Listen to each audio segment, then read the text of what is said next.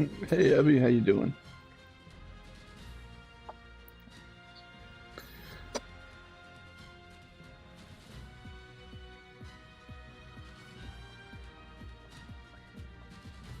I'm good. I'm good. I'm waiting for some mods to install.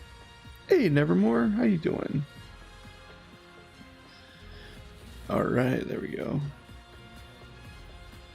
Getting Arc loaded up as we speak. I'm also live on Twitch or on YouTube, so this should be interesting today. I'm curious to see how this works. If we get any YouTube viewers today.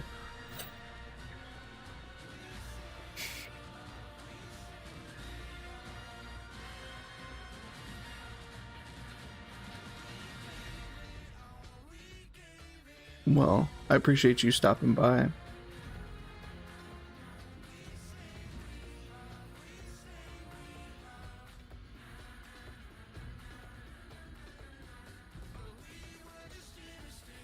Now, I still have like 1,100 subscribers on YouTube, so this might blow some people's minds that I'm live on YouTube.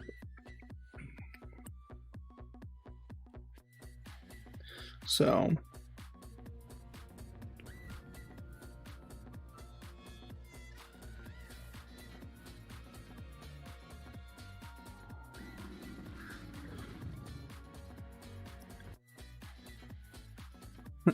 hey Abby, is it live over there? How's it look?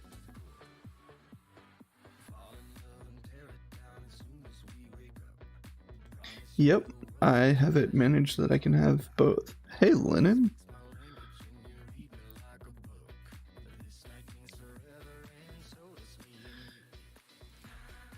YouTube's way behind though. Okay, yeah, it had a little bit of a latency. I don't think I could actually do the like set the delay over on that side. But that's cool. At least it's working, and I'm glad I can see both in chat here. So that's very cool. Hey Daisy, welcome, guys. All right, let's go ahead and let me get my deck up, and we will switch over. Good quality though. Nice. That's what I want to hear.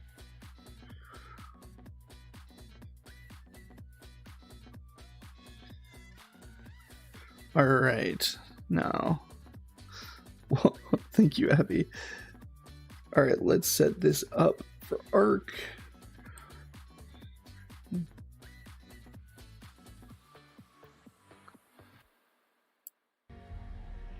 right, we'll go ahead and pause out the music. Oh yeah, for those of you who weren't here and haven't seen Ash's new paint job,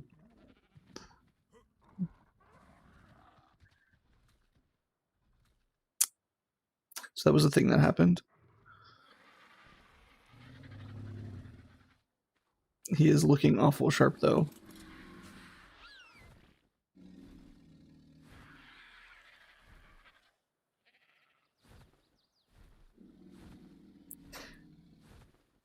The objective of the stream the other night was to make sure that Ash stood out, which I think we accomplished pretty good.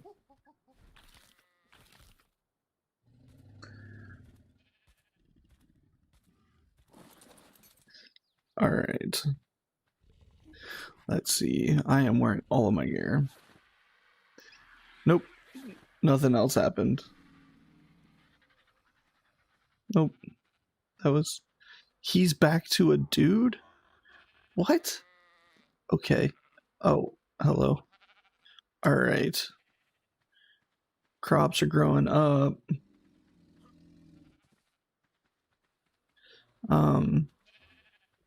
Yeah, we had a lot of actual bubble rewards claimed over on Twitch the other night when we were streaming this, so it was kind of cool. Let's go check on our dung beetle, actually. Poopy bug.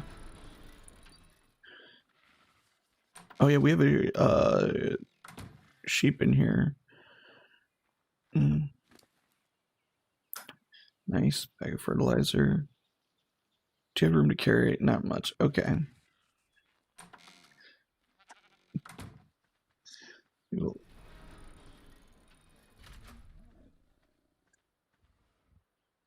And anybody who's curious of what might have happened the other night when we were streaming this, you can absolutely go watch the VODs. They should be up. Just saying.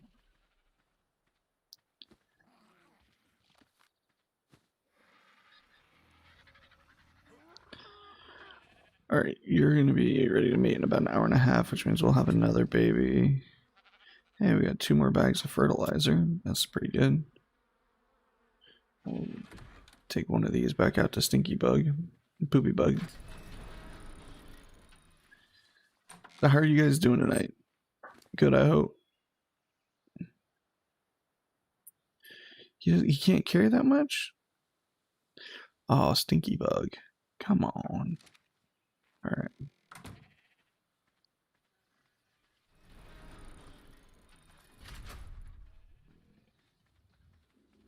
We will dump it in here.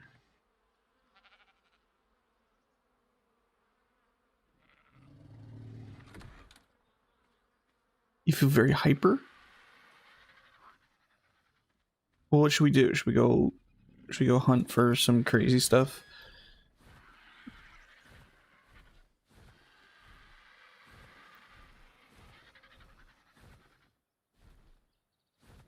Go see if we can't find some stuff to catch.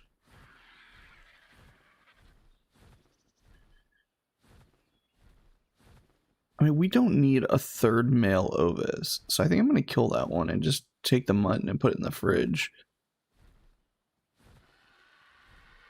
Yeah, we're going to do that. We're going to actually kill this guy real quick and just put the meat in them. I'm sorry, bud.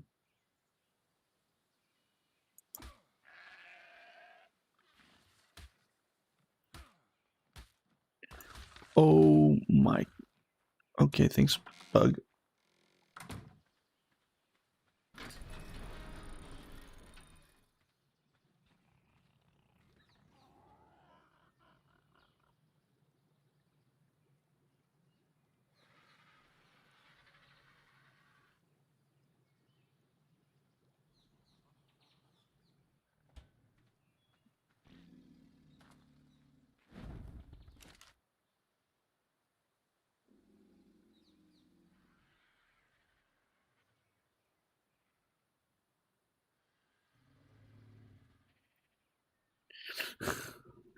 Poor roast beef. Dude, one of those ovis gives so much mutton.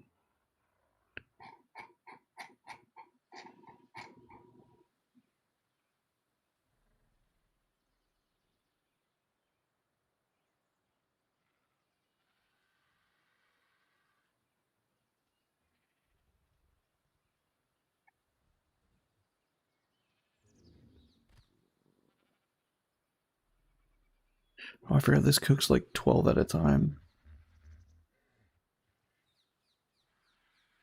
Yep.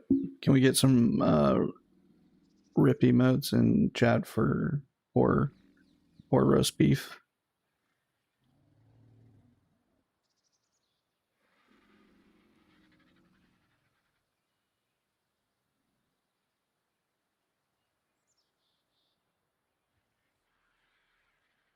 Did you catch that, Abby?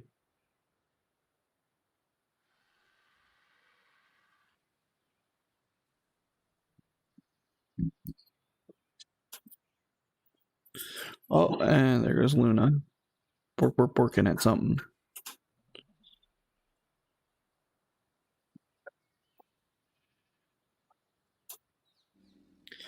I know this is yeah, it was Abby.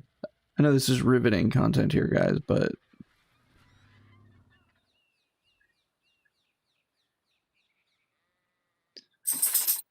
I've never had mutton before, so I want to make sure I got.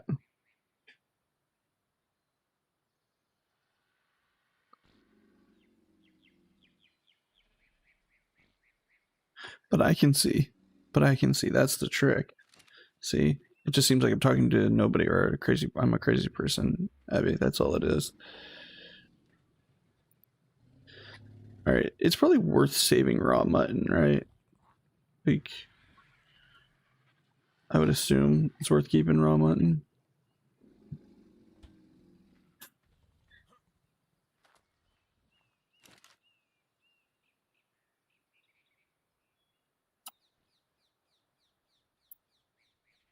Like, that seems like a worthwhile thing to have, right? Because cooked mutton's good, but not quite as good, right?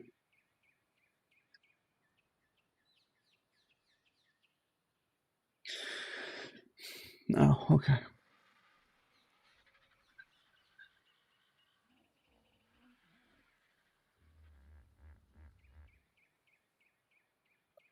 I wonder what happens if people subscribe over on YouTube.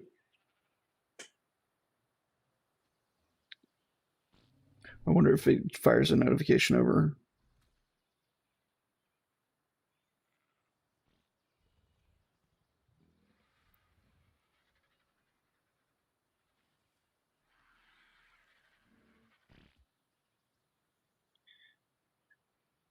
Abby, why didn't I just get a security or a notification that you just followed me on Twitch?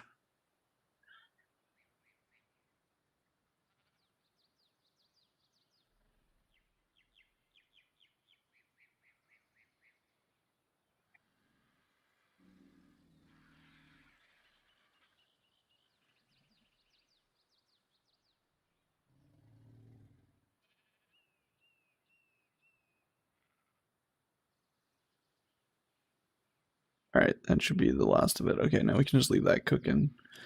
The cooked mutton lasts for a while, yeah, and it stacks to 30, so that was 10.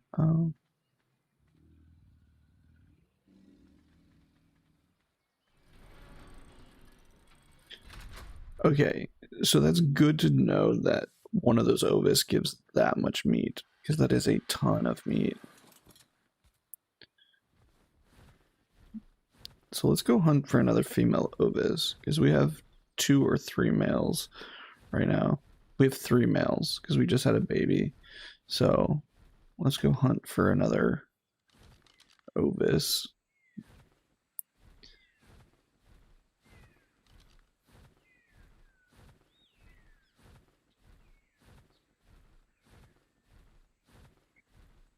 All right, well,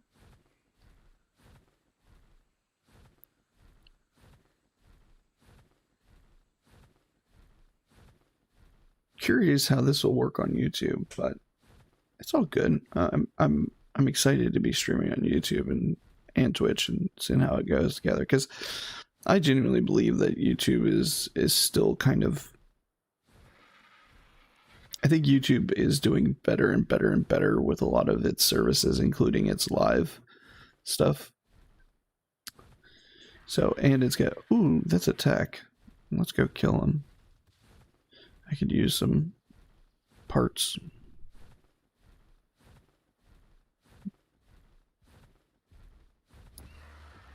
He's got a cool color pattern too. Come here, we're gonna take you over here away from everybody else. And crunch, crunch, crunch.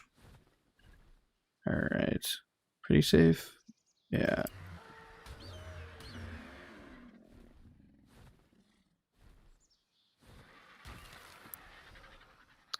There you go.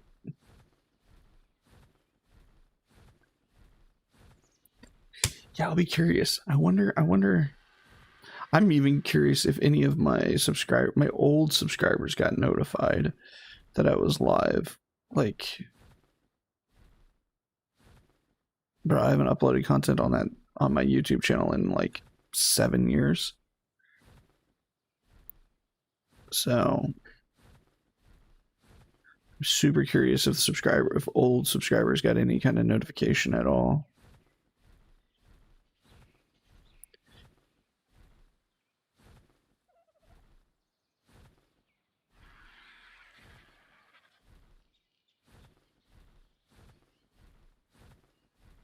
Please tell me you're eating a dodo and not a ovis. That's true. I have no idea how many people had that bell clicked. Because back then you didn't. That wasn't a thing. You didn't promote clicking bells.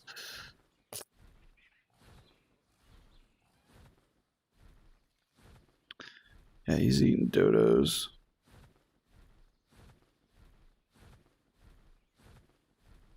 A mutant just liked my tweet. It's always good to have your get notifications like that from your buddies. I'm carrying around fertilizer. Because of course I am. Carrying around a big old bag of shit with me. Alright. Alright. Hey. Thanks for stopping by. Welcome, mutant. Always good to see you, buddy. We're actually live on YouTube too, man. Testing things out, experimenting. So we're doing a multi-stream, which is kind of cool. Excited to be testing things out, making things better if I can. Alright, let's park for a second. Thanks for the like on Twitter, Abby. I appreciate that as well. Oh.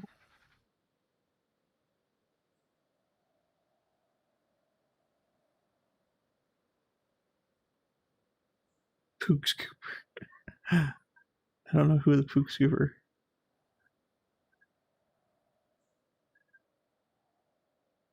Yeah, I'm gonna have to set up mod stuff for YouTube.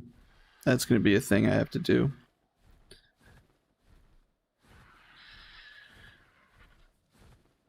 That's an Ovis. It's another male. All right. Well, he's still meat. Come here, food.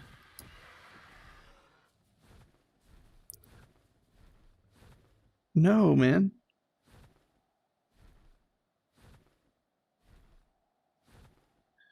Dude, I was just talking about all of my old YouTube subscribers, man, and like I'm wondering if any of them got notified that I was live on YouTube. I mean, it's been 7 years since I uploaded to my YouTube channel, bro. 7 years. The last video I think I uploaded was me announcing that Zane was going to be born soon. And now he's playing Apex. Actually, he's not tonight. Yeah,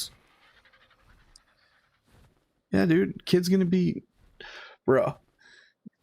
Kid's 7.5 years old. It's crazy. And he's yeah, he's over at my folks tonight with his cousins, spending the night. So nice easy night for me and the wife. Hey, Cameron, what are you doing? Come here. What are you doing? Why are you all blurry? Come on now. Work with me. Maybe.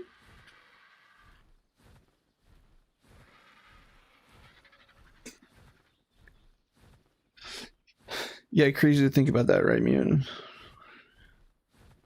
I know, right? Like I was, Razor, right? Like me and Razor have been friends for a long time, and we were talking about it and realized that it's like well over a decade we've been friends. We've been playing together for a long time. And then like going back and looking at the montages and stuff I did on YouTube for Dave and everybody, that's like 10 years ago, or almost 10 years ago.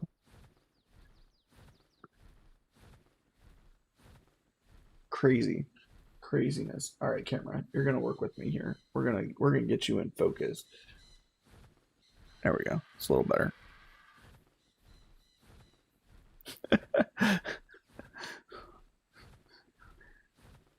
If we don't talk about it, it's not real. All right, we're gonna dump this sheep into the pen out here with Poopy Bug. Have fun. Bye bye. We're gonna land, regain our stamina, and go look for some more. Oh.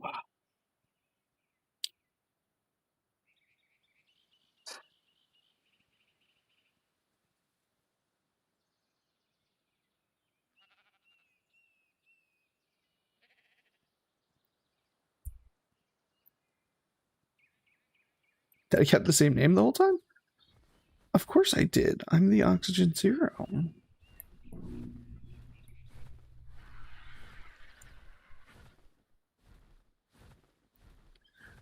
I have been Oz for a long, long time. I actually have the gamer tab Oxygen Zero on PlayStation. On the PSN, I have Oxygen Zero, not the Oxygen Zero, just straight up Oxygen Zero. I've had that name since like the first generation of PSN accounts. So, and it's actually been my handle since I was, I think, 13. It's almost 20 years now. Over 20 years now.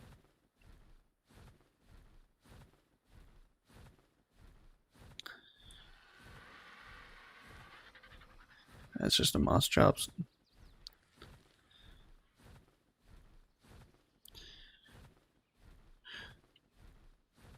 It's actually kind of important to keep your handle or your name the same if you're gonna do content of any kind. Hey, Rando, how you doing, man? Welcome, welcome. Thanks for stopping by. But it's actually important if you're gonna do content to keep your name consistent so that people know how to find you and know who you are.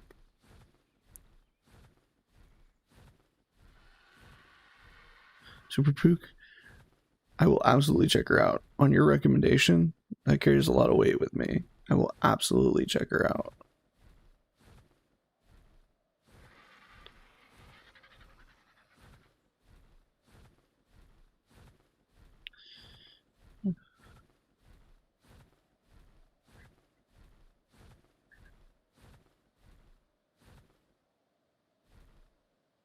You go, rhinos. Look at you guys, man. Get some.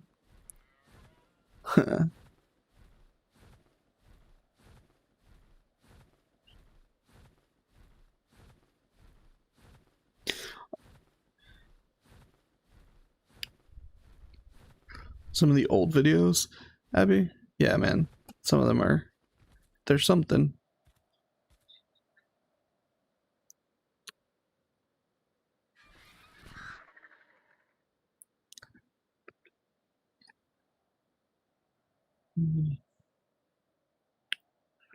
All right.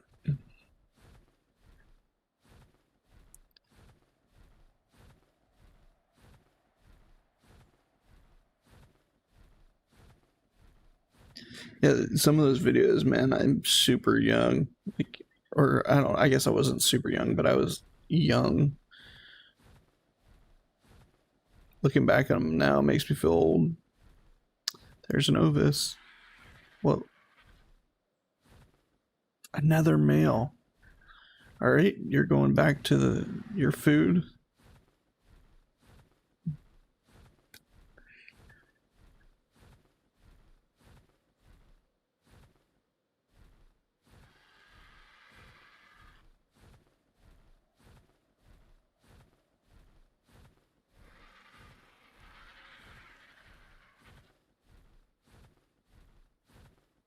Oh, Abby, listen.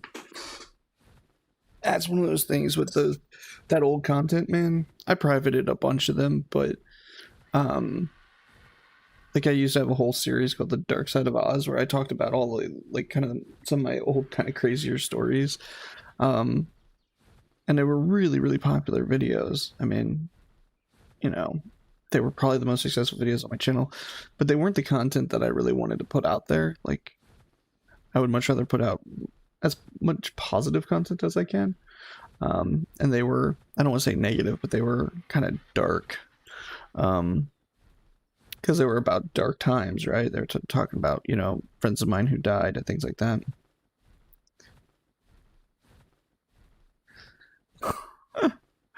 They couldn't have been that bad, Abby. I mean, you could see some of the like kind of terrible videos on my channel. I mean, I was a complete amateur just trying to figure things out, but I left all of them up. But oh man, They were just fun. That's all it was. It was just me having fun making content, you know, with people I liked. You know, getting to do videos with Dave and getting to, you know, play zombies and be terrible at them and have everybody kind of laugh at how awful I was at zombies, or even just doing goofy stuff in Minecraft, like the No Shelter for the Weak stuff. That was all just the one problem I know looking back now was I wasn't consistent enough. And I'm not consistent on Twitch either. I'm trying to stream on a schedule and trying to be better. Did you used to talk like this, Abby? Very proper. And listen, it's that's why I like Twitch, because it's conversation, right? I got you guys here hanging out. We can talk. We can, you know, doing commentaries is hard, and doing and even I don't like having this guy near my base, so we're gonna go ahead and just eat him.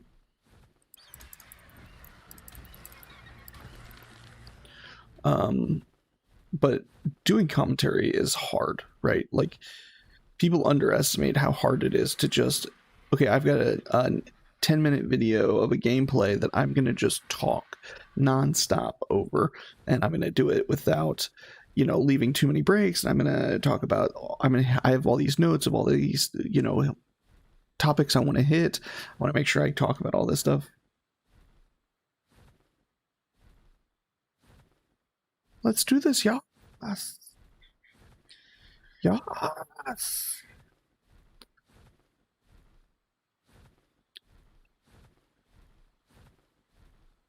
Listen, my old intro was not great either. You know. Hey guys, thanks for watching this video. My name is the Oxygen Zero, but you can call me Oz. Today we have a Call of Duty gameplay about, you know, I mean, all of it. I mean, if you watch any of, like, I love Jacksepticeye's videos talking about, like, finding his voice.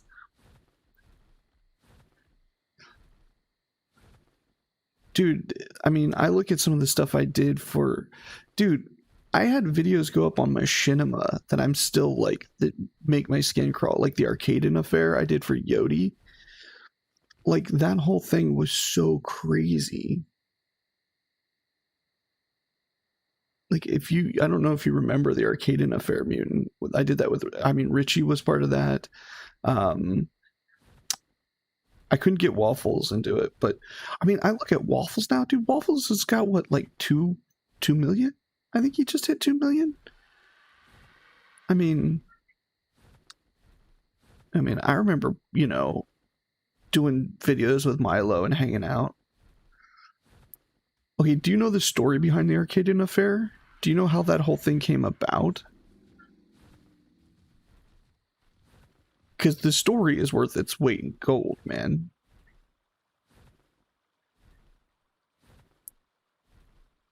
Because,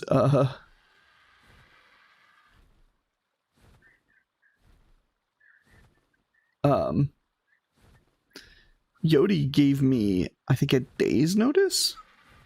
I think I had a day or 2 days to put that whole video together, and I wrote it. I had to direct it, basically. I had to do all the scripting for everybody.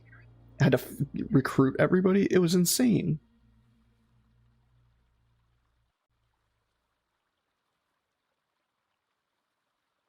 And then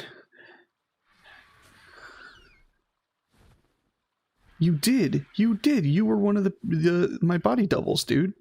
That's totally true. I remember this now. But yeah, dude. And then the best part was he was so stoked that I got it done and that it went live, and it got up on, it actually got into the top. It was on the front page of Machinima the day it went live. It made it to, I think, the top slot on Machinima, which was a big deal back then. I think I got like 4 subs out of it. And because nobody cares about the editor, right? But it was I was losing my mind. And then it went live on Machinima. I got like almost nothing for it, and then Yodi immediately contacted me. He was like, dude, we made the front page of Machinima. That's huge. It's such a big deal. It's so good. You know, it's so awesome that you were able to do that. Can we do another one? And I was like, when? He's like, in a couple of days. I was like, no, absolutely not. There's no way. I was like, I nearly killed myself. I almost had to take off of work to get this thing done. I didn't sleep for like 2 days.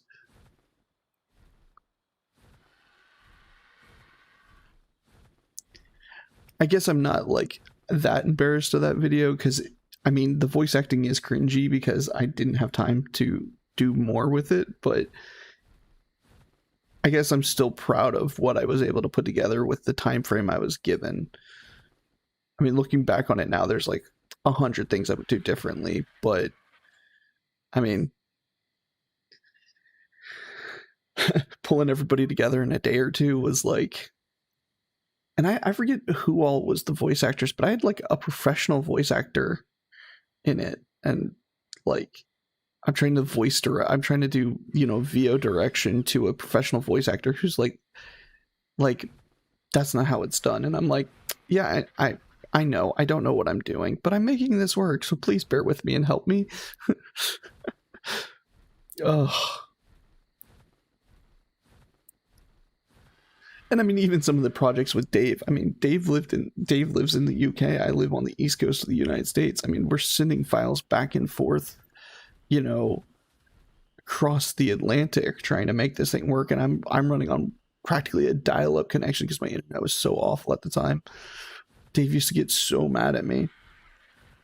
He'd be like, is that file done? I'm like, oh yeah, I finished editing it last night. I started uploading it this morning. Let me check. It's like 12 hours later. It's like, it'll be done tomorrow.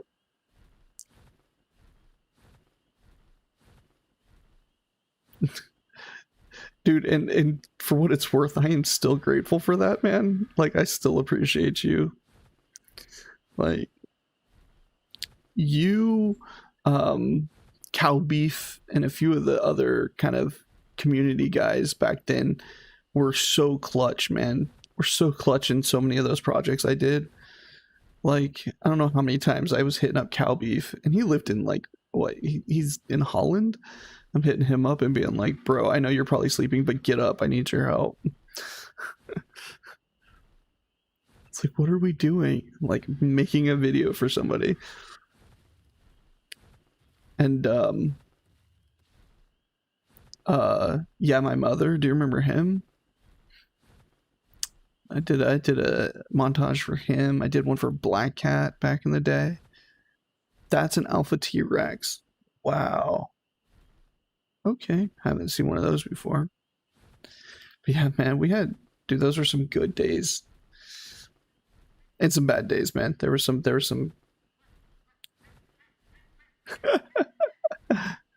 Man, he was a young dude, but he was always game. He was always down to try to help out with a project. I haven't talked to Cow Beef in ages. I mean, we touch base once in a blue moon, but how far am I from home?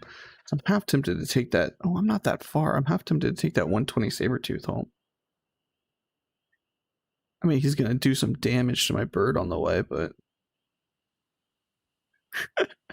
he is a good dude, man. Hey, Turles. Well, I haven't died, so no deaths yet, which is good. That's important.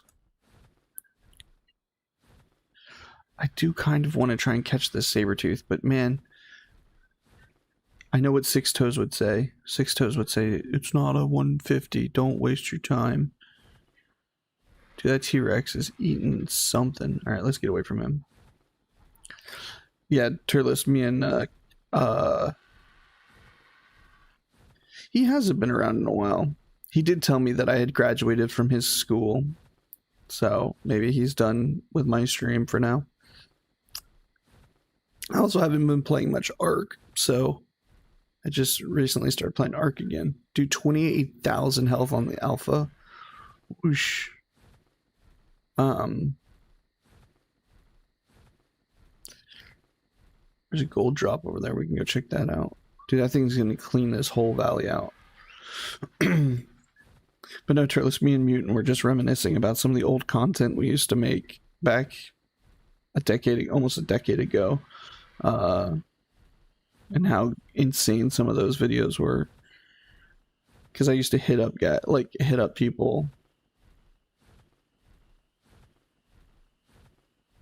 That's amazing, dude. That's cool as hell. Get out, dude. Cal Beef was always it always has been a good dude. Like, I can't say a bad word about him, man.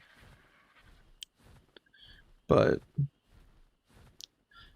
I mean, like, it's kind of like Dave, right? Like, me and Dave have, done so many videos and so much content together, and like kept in touch in spite of like a lot of kind of, I don't want to say like negativity or weird things, but like, a lot of people, wouldn't have had the time of day for me after I stopped making videos.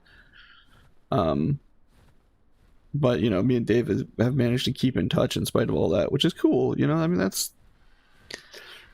I mean, even like Waffles, right? Like, Waffles is like 2 million subscribers, still follows me on Twitter, and will still talk to me on Twitter. Like I know he doesn't, that doesn't mean anything, that it's no big deal to him, but like, dude, like, I know plenty of content creators and people in general who, once they got to a scale like that, if you weren't actively helping them or you weren't actively participating, I mean, they're just so busy, why bother, right? Like, just, and I wouldn't have faulted my, Waffles if he had said, like, had unfollowed me or, stopped talking to me. Like, I would have been like, yeah, dude, you've had 2 million subs. but I mean, that's the thing, right? A lot of the people I met, early in their YouTube careers, even like, Dalek JD and all of those guys, like, I mean, I met them when they were relatively small or really up and coming, I guess. And, I say small, but they were still at like, 30,000-40,000 subs. But they were, they've stayed, for the most part, from, what I've seen, a lot of them have stayed much more grounded and down to earth than some other content creators I've seen, kind of blow up and it goes to their head. Or, well, I guess they didn't blow up either. They grinded and they did the work, right? I guess that's some of the difference there. If you're working hard and really,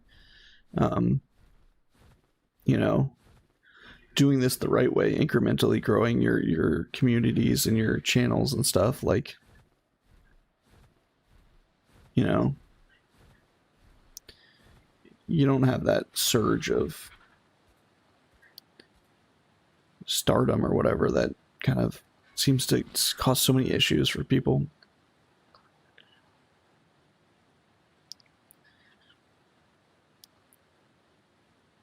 And that's one thing I'm kind of, I don't know, it sounds kind of weird, but kind of grateful that,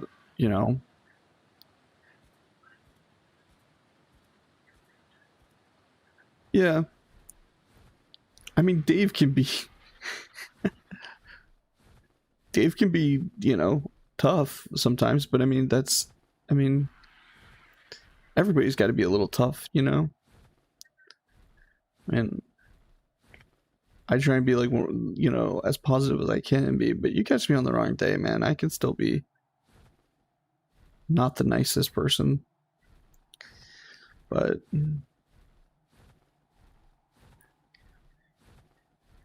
yeah, but I'm still truly grateful for all those guys and all the,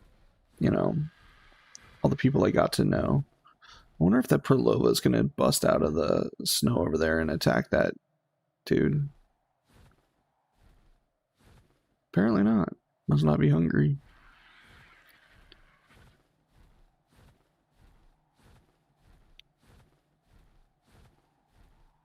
But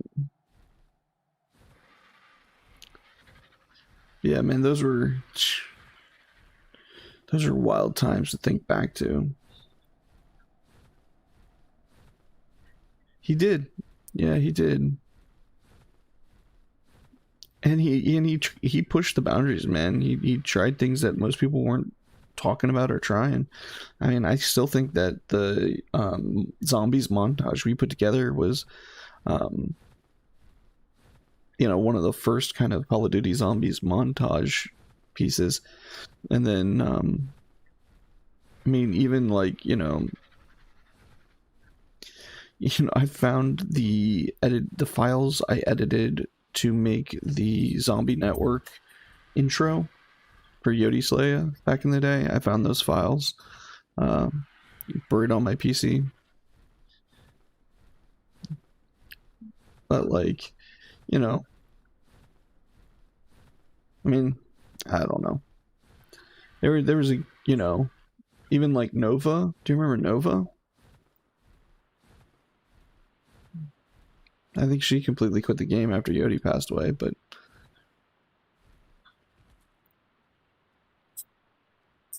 like those were like, I mean, those truly were kind of crazy times. And I guess YouTube. Yeah, Predictable Nova, man. Or she's still uploading.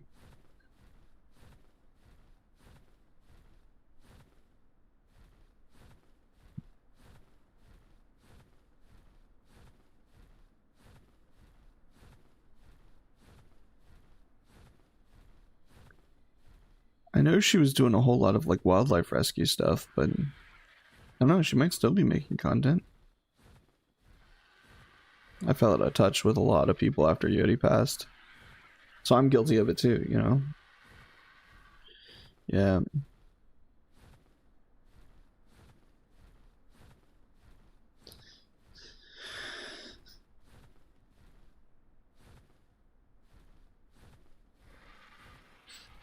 But yeah, man, those were.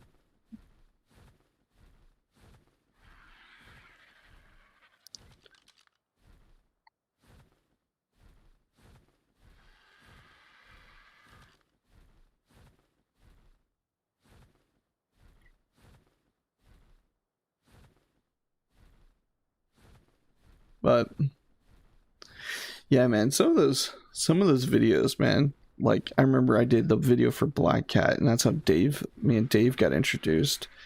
Because I did a Black Cat came to me and asked me, and I think he's deleted his channel at this point. But Black Cat, yeah, people do. But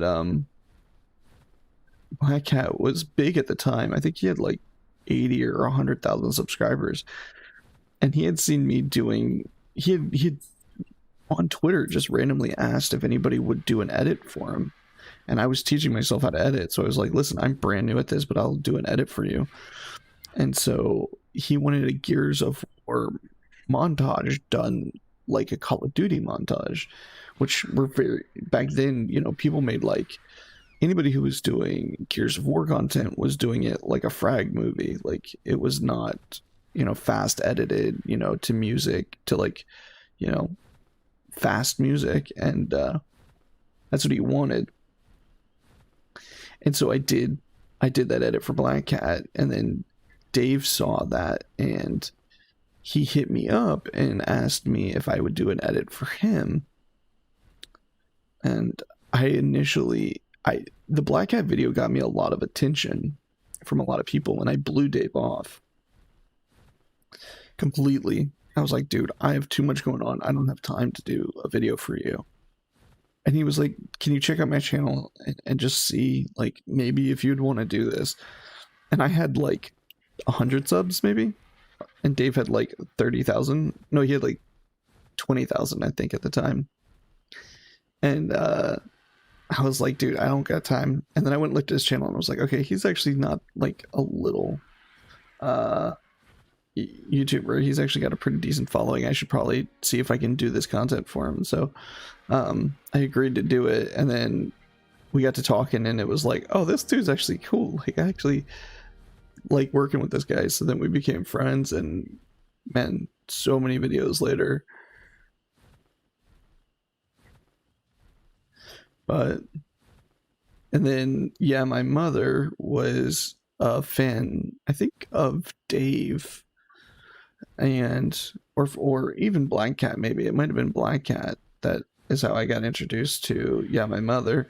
And so I did a montage. I did an edit for him, and then Yodi and him were friends, and that's how I met Yodi initially. And then but it's crazy how all those communities cross, and people are watching content from each other, and so one little collab ends up spiraling into another collaboration, into another collaboration, into another collaboration. What is this? I don't think I've ever been out here.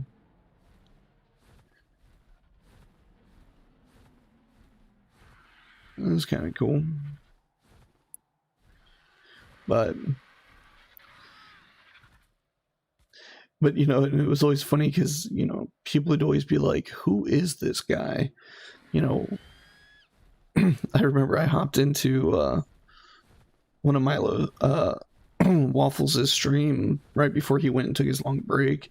He was doing a bunch of Borderlands 2 streams, and apparently a long time ago he modded me. Dude, I want to hear that, Mutant. Tell me about it. But he had Waffles had modded me in his stream, apparently way back in the day, and had never removed it. And so I hopped into one of his streams. I saw he was streaming and hopped in, and I started messaging and talking, and people were like, there's a new mod. Who is this new mod? And I immediately got it stripped from me. But it was like, people were like super upset that this guy just showed up. This nobody showed up and was a mod. I was like, sorry. I'm old friend.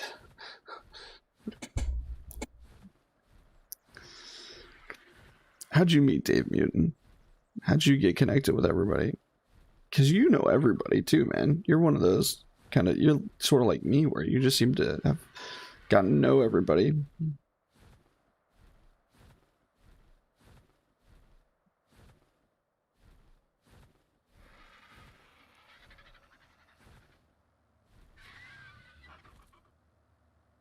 Oh, it's a long story. Well, yeah, a lot of those are.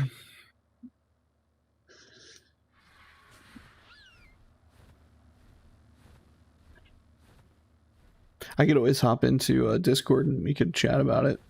Then we could actually tell real stories.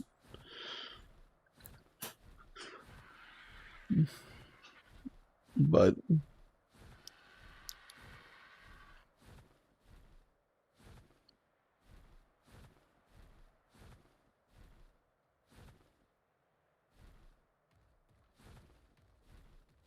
I'm still, like, I'm grateful I had those experiences. I'm grateful I took some risks and I did some stuff. Another Ovis. It's a male. Man, what is up with all the male Ovis? I'm gonna snatch this dude off this mountainside, though. You coming home as food.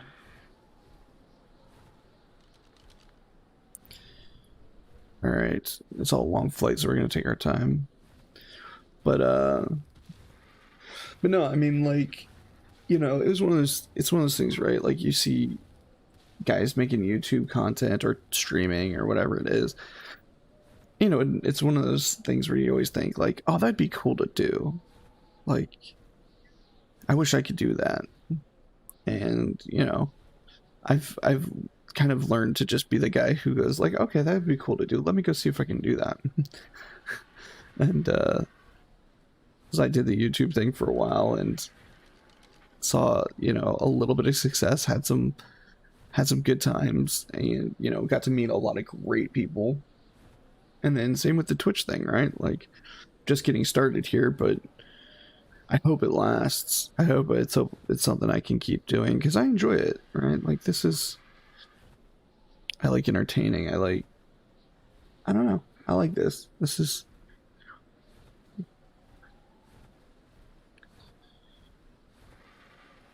But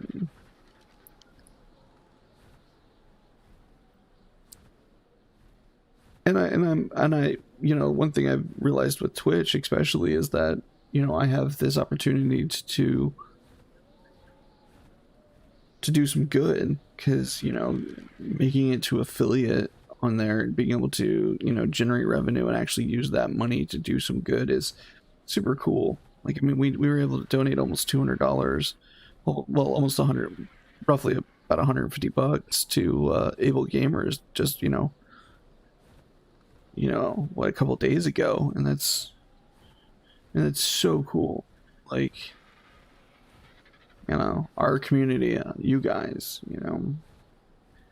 Mutant, all the gifted subs you've given, dude. Like, I mean, you guys were the reason that we were able to do that, and it's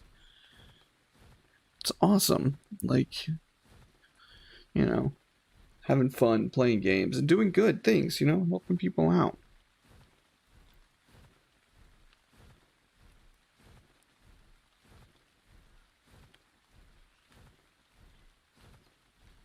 And,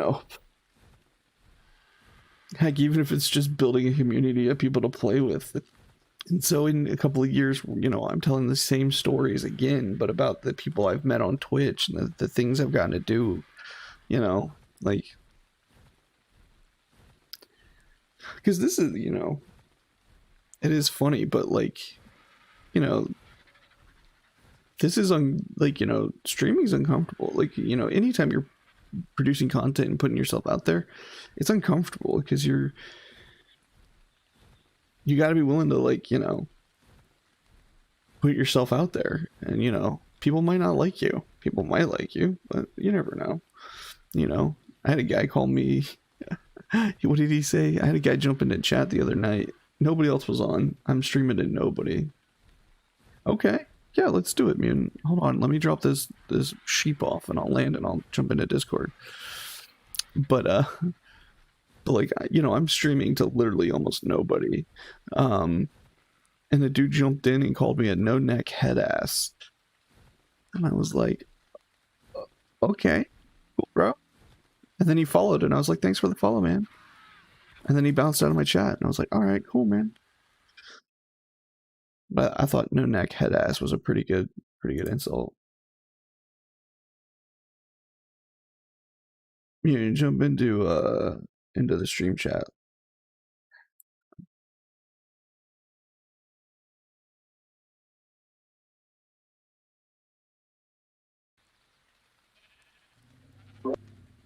Hey, brother, how you doing? Hey, what's up, man? Can you hear me? Yeah, I got you. I got you good. Yep. Perfect. So tell me your Dave story. How'd you meet Dave? Oh, it's such a long story. I got into Call of Duty really late compared to other people. Okay, I didn't get the first COD until Modern Warfare 2, I think. that was a good one. Yeah, but I didn't really get into the multiplayer because, well, I got it halfway through the life cycle and stuff Yeah, like that. everybody's Prestige 7 and just like Yeah, knows all the head and glitches. first time I've played an FPS in, I don't know, Doom 2, maybe? Quake 3, maybe? Something like Yeah, that. So I was just trying to get back into playing FPSs, and always kind of discarded Call of Duty because it's always like, what, uh, World War II yeah, boring stuff, and that didn't really jive with me. yeah. All those uh, older titles were, a lot of them were. Most of them were World War II. I think there was one World War One game, but yeah, yeah, up until Modern Warfare, it was all about the yeah, Great Wars, and I heard stuff about the first Modern Warfare and didn't really get into it because everything was on console back then, and I didn't have one. So. So finally got a 360.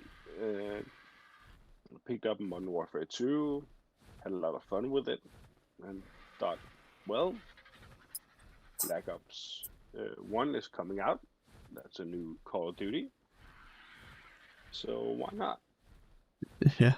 Guess I'll pick it up, have some fun with it, and started playing with some people, mostly hardcore, just hiding in bushes. Yeah, I was that bastard sitting in a corner, hiding in a bush, and getting a zero point 0.8 KD.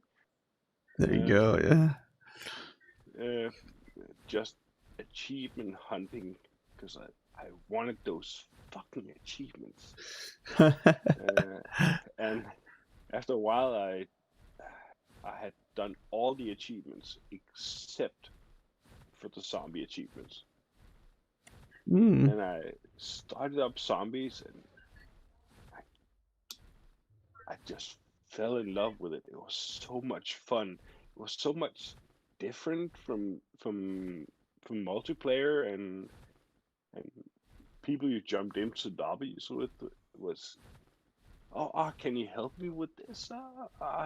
Hey, I want to help you with this. And it was such a great fucking community. It was, man. I guess it probably still is. I'm not super familiar with it now, but Nah, me neither, but and just hunting for achievements. I thought, maybe search YouTube for how to do these things.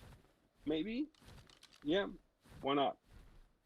And I started searching for it. I stumbled across Syndicate and Dave and yeah, Syndicate, Darling, man. all these old time, old school zombie YouTubers who were like, what, the biggest one was probably Syndicate, Yeah, he was absolutely. and he wasn't, what do I, like 50, 60, 70K? Yeah, He wasn't huge. that's when I met him. I was shortly. I mean, he might have been at like 100. He was smaller than Yodi when I met Syndicate. Yeah, he wasn't huge. Uh, I just kind of stumbled across Dave because, hey, that guy seems like he knows what he's doing, and hey, he's entertaining and seems like fun.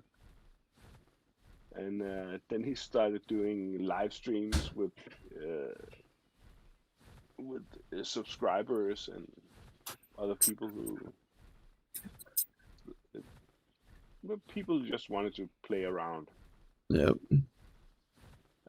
Same with the relaxing end, if you remember Dude, that guy. he's huge.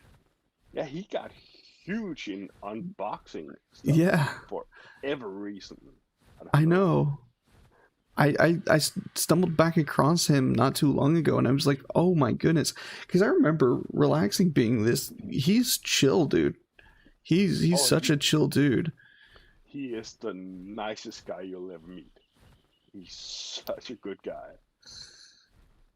I met him in Modern Warfare 3, I think, in one of the DLCs when one of them came out and I was out of a job, so I had nothing to do in the in the daytime. So he just asked on Twitter or somewhere if anybody wanted to play some. Hey, fuck it, I'll play. I don't have anything better to do. So played with him for a couple of hours, and I even think I recorded a couple of videos with him. I think I did a couple of videos with relaxing as well. I think I'm on his channel somewhere. Oh, I know I'm on his channel because I got a friend request from one of the videos I did with him from this fucking amazing zombie player. He is insane, and nobody knows about him. Called Ledwick, something like that. He was we played I think it was a four player, no power on uh what was it?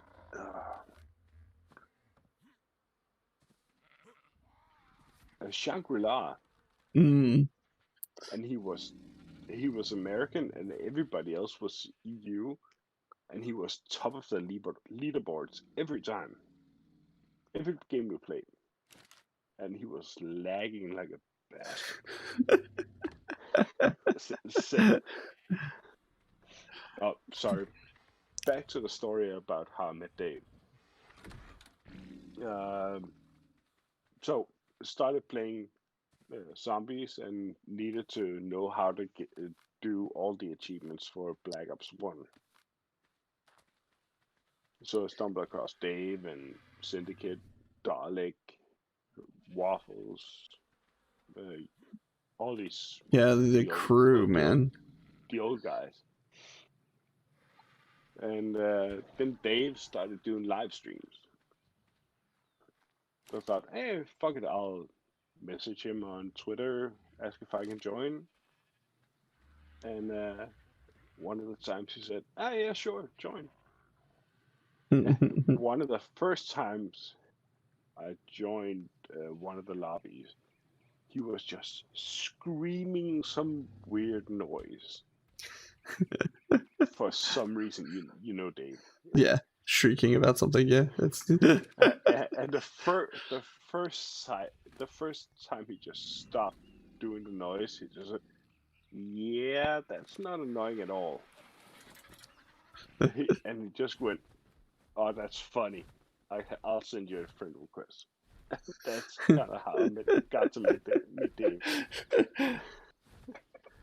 well, it was funny because like I remember, man, like you, cow beef, um, waffles, Dalek, Dave. I mean, all those guys. I mean, Yeah, my mother, yeah, Richie Babes. Richie Babes. I mean, there was so many guys that were just all about the same size channels, and they were just making content for fun and having a blast.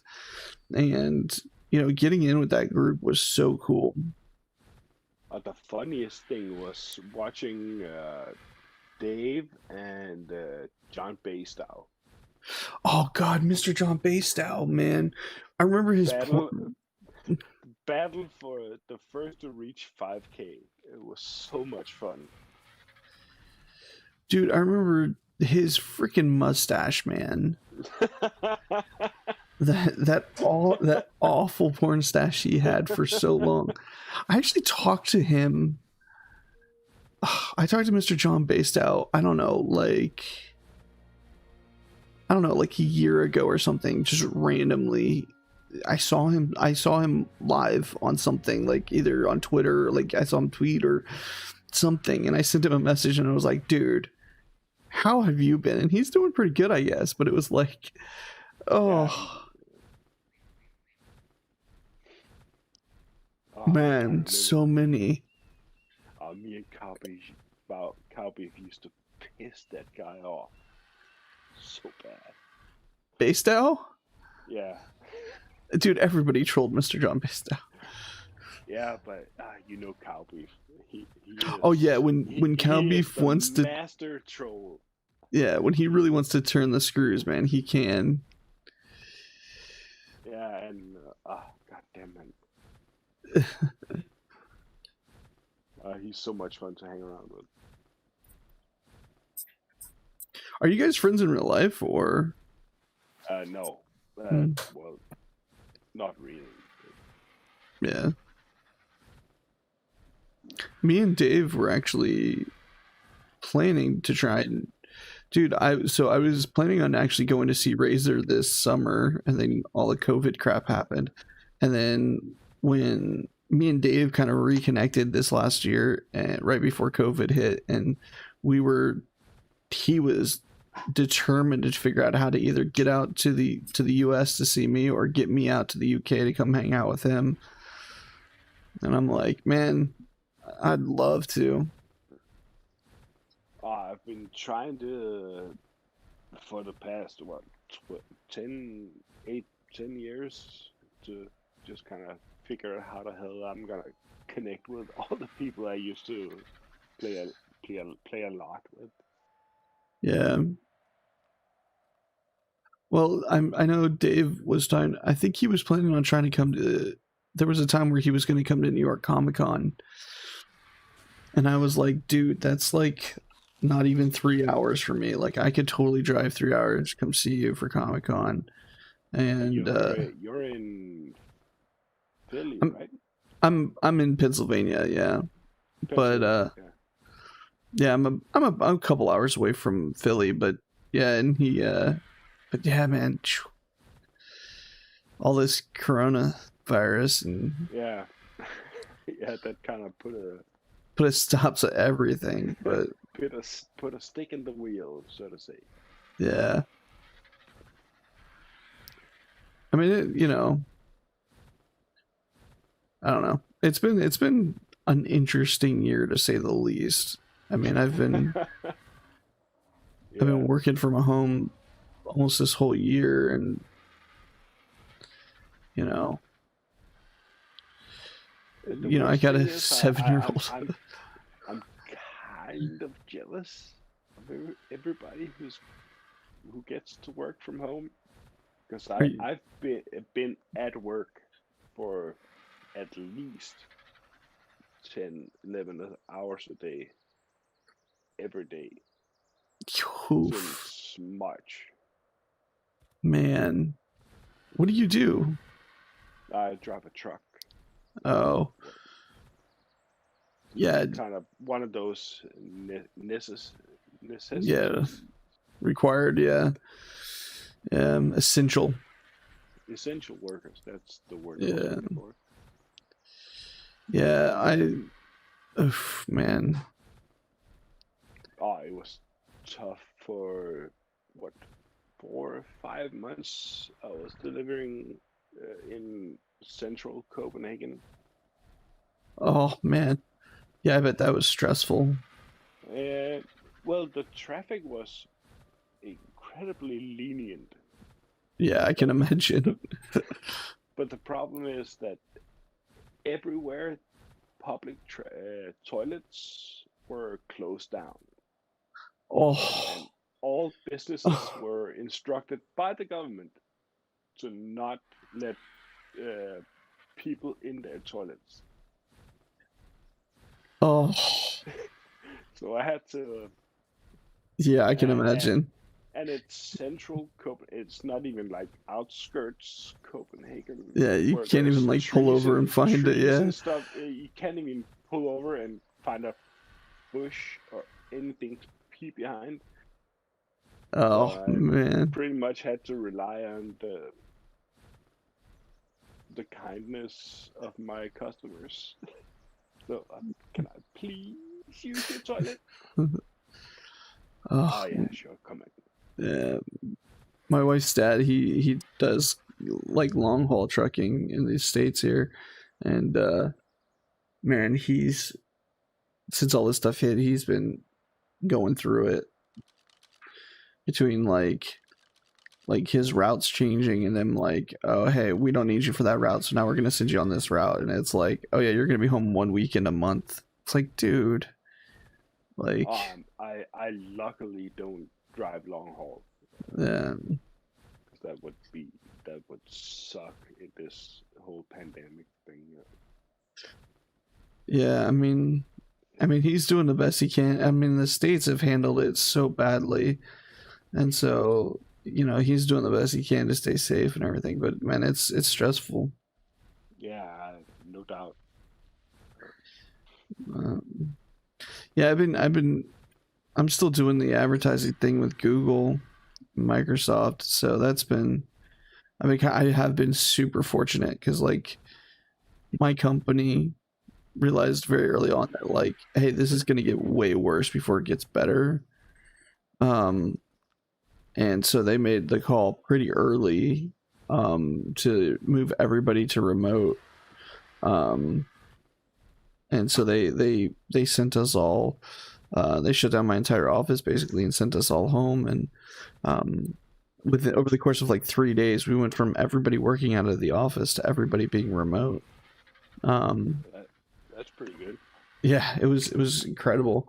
It was not easy, but and then it was like, oh, this is only going to be for a couple of weeks.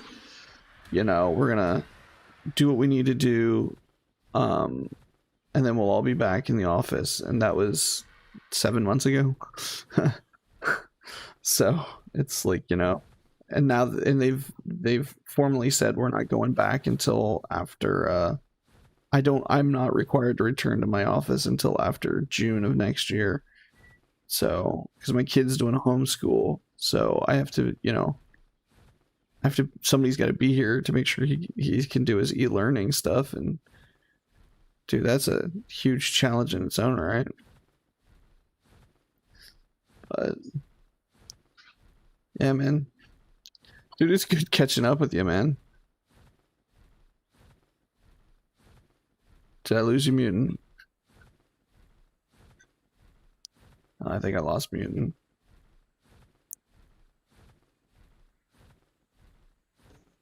Dude, I'm sorry. I don't know what I did.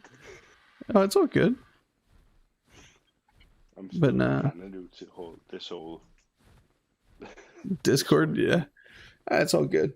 But it's I was just saying, man, it's been good. It's good catching up with you. Yeah, of course, man.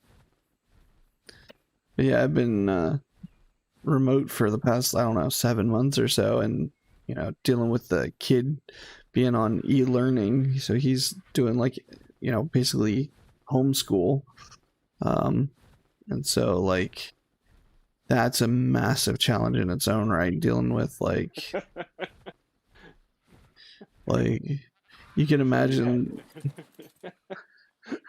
uh, I don't have kids, so I can't even imagine. Well, I've got a 7-year-old, um and he is he's a great kid. I cannot complain. And but but at the same time, I've got Well, he's an 11-year-old, so well, no, he's 7. a 7. Jesus Christ. So Sorry. no, it's okay. But he's got he's got his own computer. He's got he plays. He's got all these video games. He's got all of his toys. Everything's here, at his disposal. And it's like, no, you got to pay attention and go to school. It's like, yeah, huh? Tell me something else I'm gonna do. Yeah. Look at all these shiny things. Yeah. It's like, but I could be playing video games. It's like, yes, you could be, but you're supposed to be doing schoolwork. It's like, yeah, but Dad, I want to play Apex. It's like, yeah, I know you do. I get it. But I also need you to not be playing But Apex. Dad, you're playing Apex. No, I'm working full time, and Yeah, I know. Just kidding. yeah, but it's still like, it's like, Dad, help me with my schoolwork. It's like, but I have a conference call starting in like 2 minutes. There's no way I can help you with that. You got to figure it out. But thank God, he's smart and he's pretty independent. He's pretty good about taking care of stuff on his own. So I cannot complain. So, but yeah, it's been an adventure for me this year for sure. Oh, it's been an adventure for everyone, I think. Yeah, that's true. And I mean, it's weird. It is weird. It's just strange for some reason. Well, it's also weird too because it's like,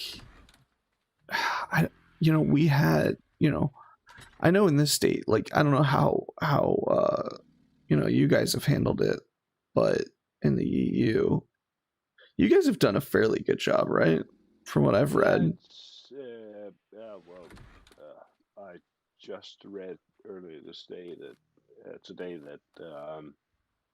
we just had the largest increase of infected for any day up until now. Oof. Yesterday. Like 700 something a day. Oh, yeah.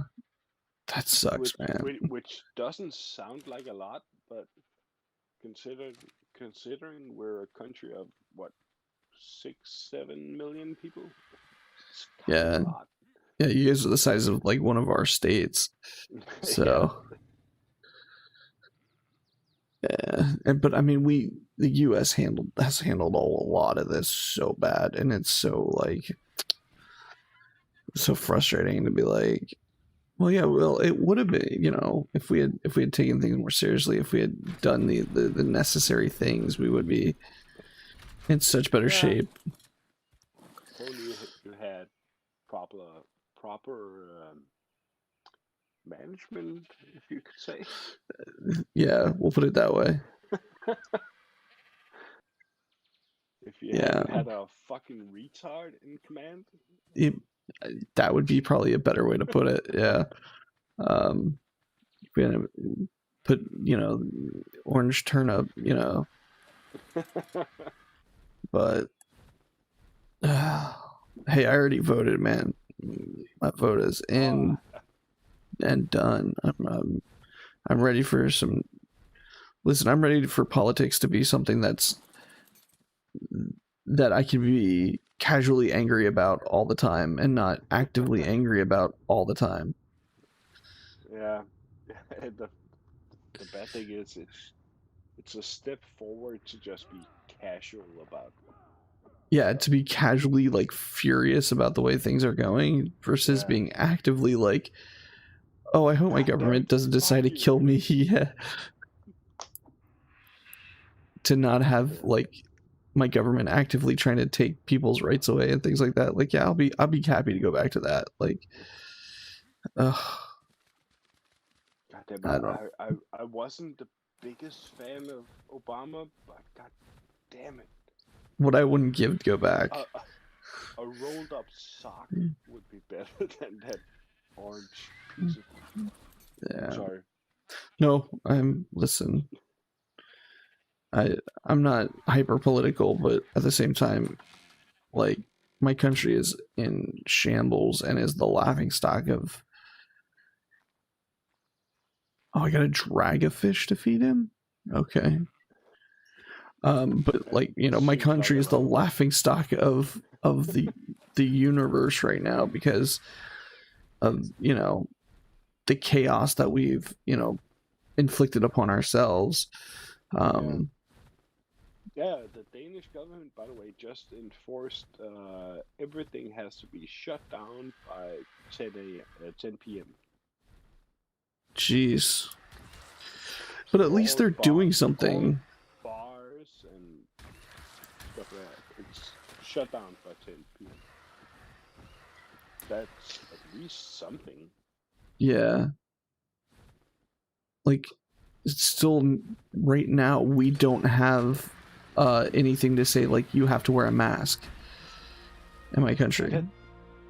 it's I I'll never really grasp the politics of the U.S.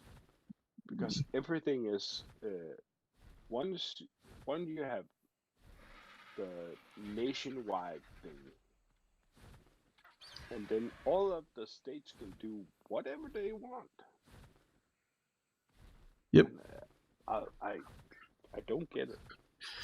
So the U.S. as being a united states. So if you think about it more like the EU, so we're kind of like the EU, and if the EU had a little bit more independence within its the individual partners, um, but also we're a little more unified too. Yeah, but Um, are you really unified?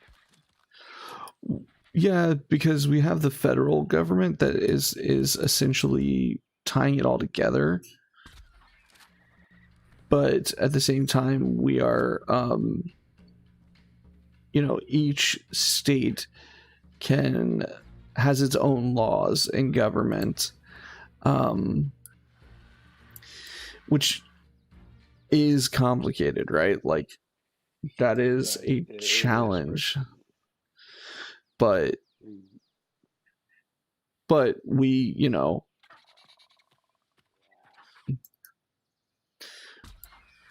but we can make it work only because we have the ability to um, make our own rules. Like, you know, um, they have to work together to be, you know, or else it goes right out the, you know, the window. Yeah. But which happens. I mean, Yeah. it there are times where it's very much the state governments making their own decisions, what for better or for worse, and completely wrecking stuff, um, or doing things better. Like, I mean, you look at like Colorado and, you know, legalizing marijuana. Like, you know, they've done such, you know, so many great things with that. Oh yeah, uh, definitely. I was kind of shocked, to be frank, that that the United States, of all places, were the first country to legalize recreational use of what most countries would consider a drug. Well, but we haven't yet. I mean, federally, the No, federal government not is still, federally, but uh, state-wise, you have it. yeah. Colorado has legalized marijuana Um, use for recreational use. yeah, and a bunch of other states have followed suit. Yeah, And yeah, but the thing is, like, the whole reason there though is it's all money, and like it's all taxes. If you look at like Colorado, like they made all the tax money they needed. They reduced taxes for all their citizens because like legalizing weed yep. just made everything made it all up. Well, that's a perfect incentive for the rest of the country to just follow suit. Well, I think they'll decriminalize a lot of stuff if the Democrats, if you know the Democratic, if the Democrats Yeah, can take it over. hopefully. Yeah. The Democrats historically haven't been very, what, really kind to the recreational use of marijuana. Well, it's a big thing with, you know, in the states now where people are seeing it as like, dude, this is a non-issue. You know, we need to decriminalize so much of this stuff because it's just it's choking our criminal justice system. It's causing so many issues. Yeah, Um, exactly. It's unnecessary. Uh, yeah, goddamn drain word. on our tax. This is, you know, it's an unnecessary expense on the government Yeah, to, and it's in unnecessarily criminalizing the public. yeah. Well, and it's also affecting minorities far greater than anybody else. And it's, you Yeah, know, considering where drugs are uh, prominent, yeah, yeah. definitely. Well, and you look at like who gets what charges. I mean, like, you know, you look at, you know, most white kids, you know, they get hammered for a drug charge, and they're, you know, they're getting a slap on the wrist, and then, you know, the same Yeah, charge for a minority, and they're getting, you know, yeah, railroaded into prison. they get fucking drug charges, Yeah, bad drug charges. yeah, They intend to distribute drug charges. yeah. And, you know, that stuff is like, you know, and you know, I think there's a big, I hope, I should say, I hope there's this massive kind of, I don't even want to say reformation, but this massive like realization that how many of these situations are so unbalanced in the states right now.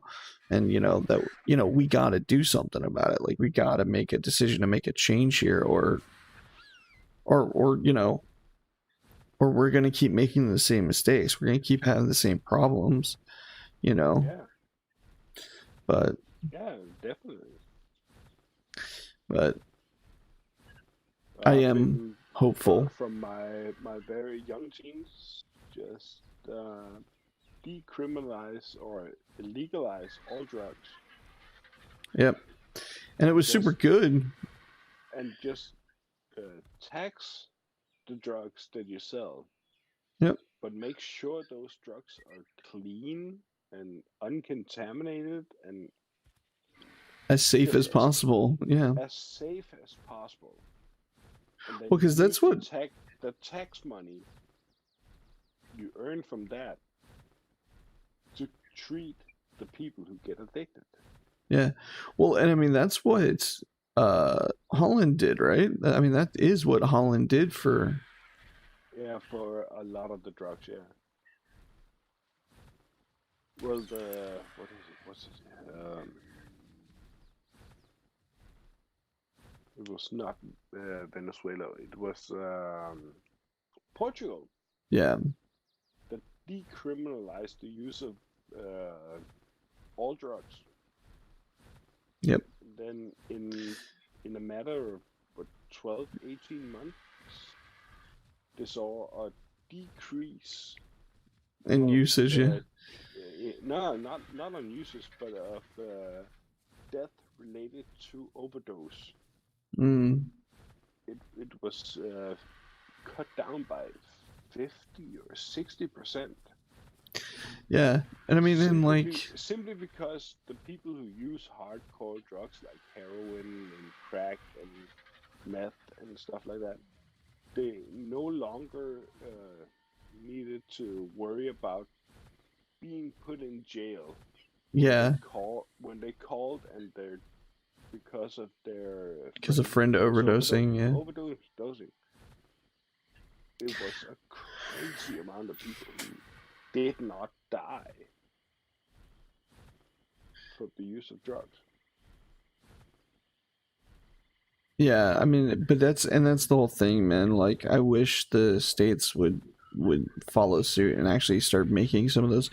I mean, it'll be a long time before the states completely decriminalize drugs, right? Like, that's a long way off. But um, Is my volume very low, I think it's your Razor? voice. Hold on, I'm gonna jump into Discord and just turn you up, um, just a little bit. That should be a little better. I know Razor is this better?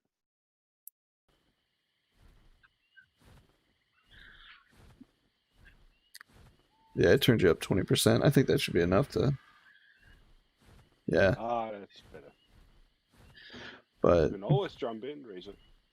yeah, dude, you were around for a lot of these old stories we're telling about uh, playing games with everybody.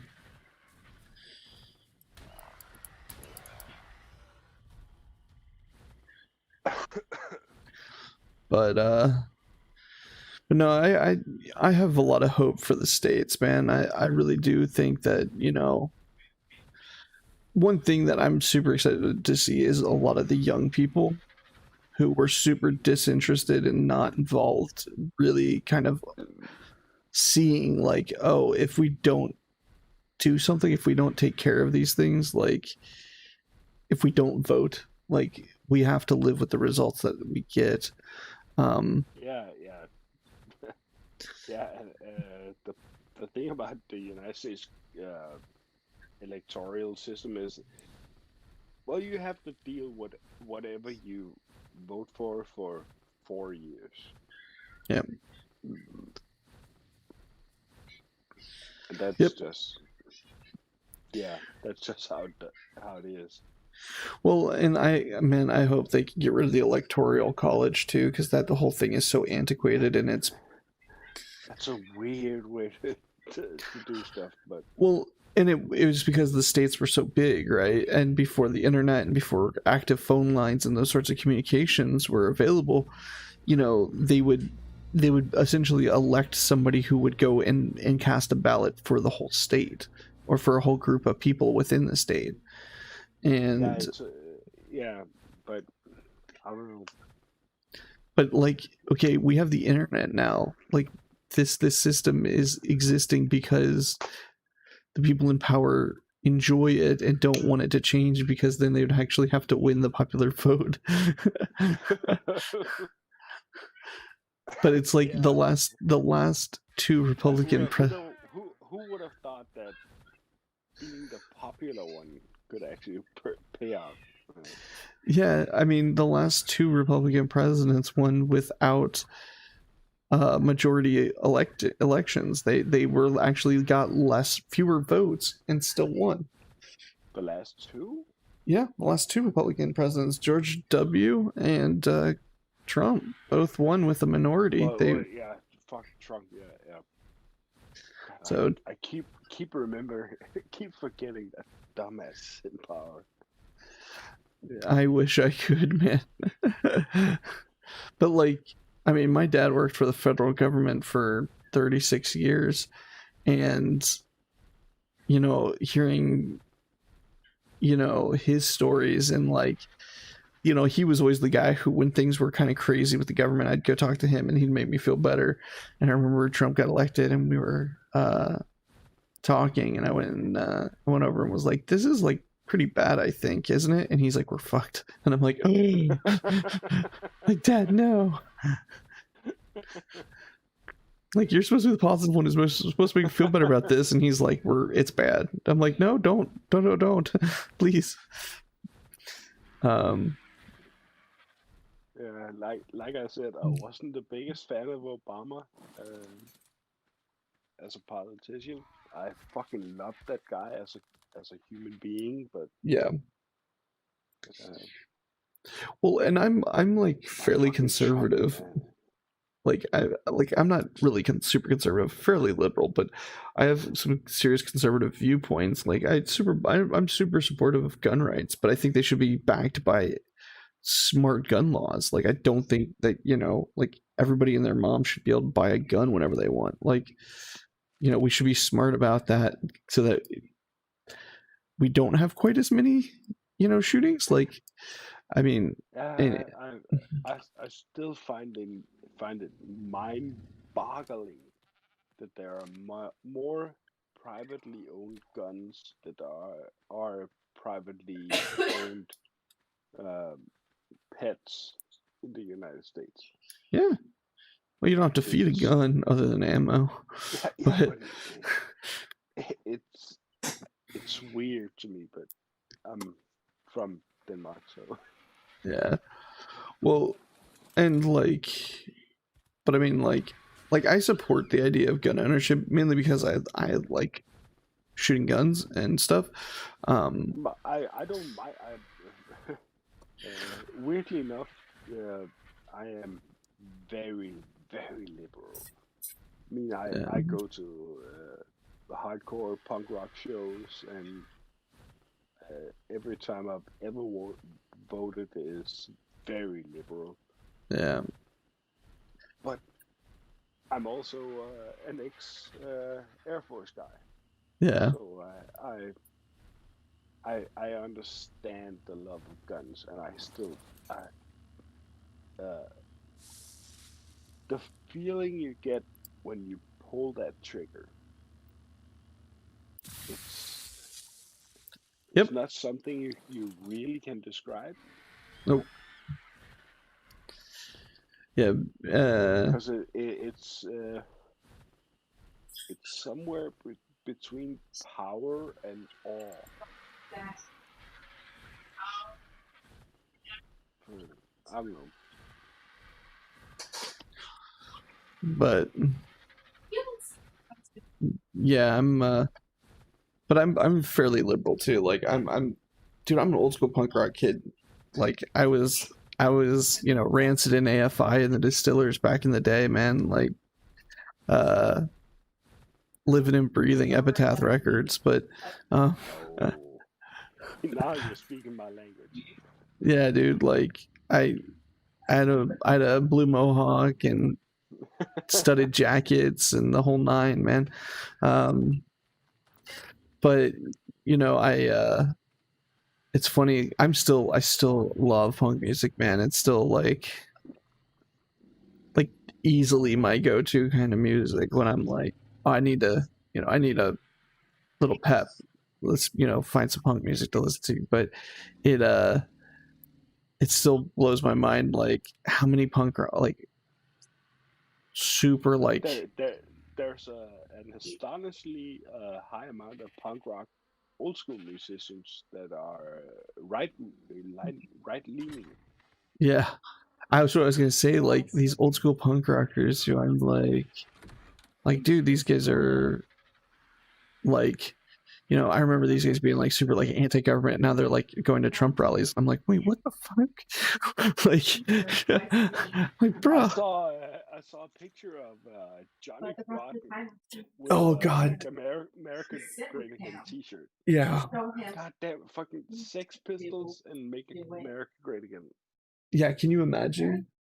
I don't get it, but Yeah, I saw that too, and I was, dude, talking about heartbreaking, right? Like talking about like old school idols.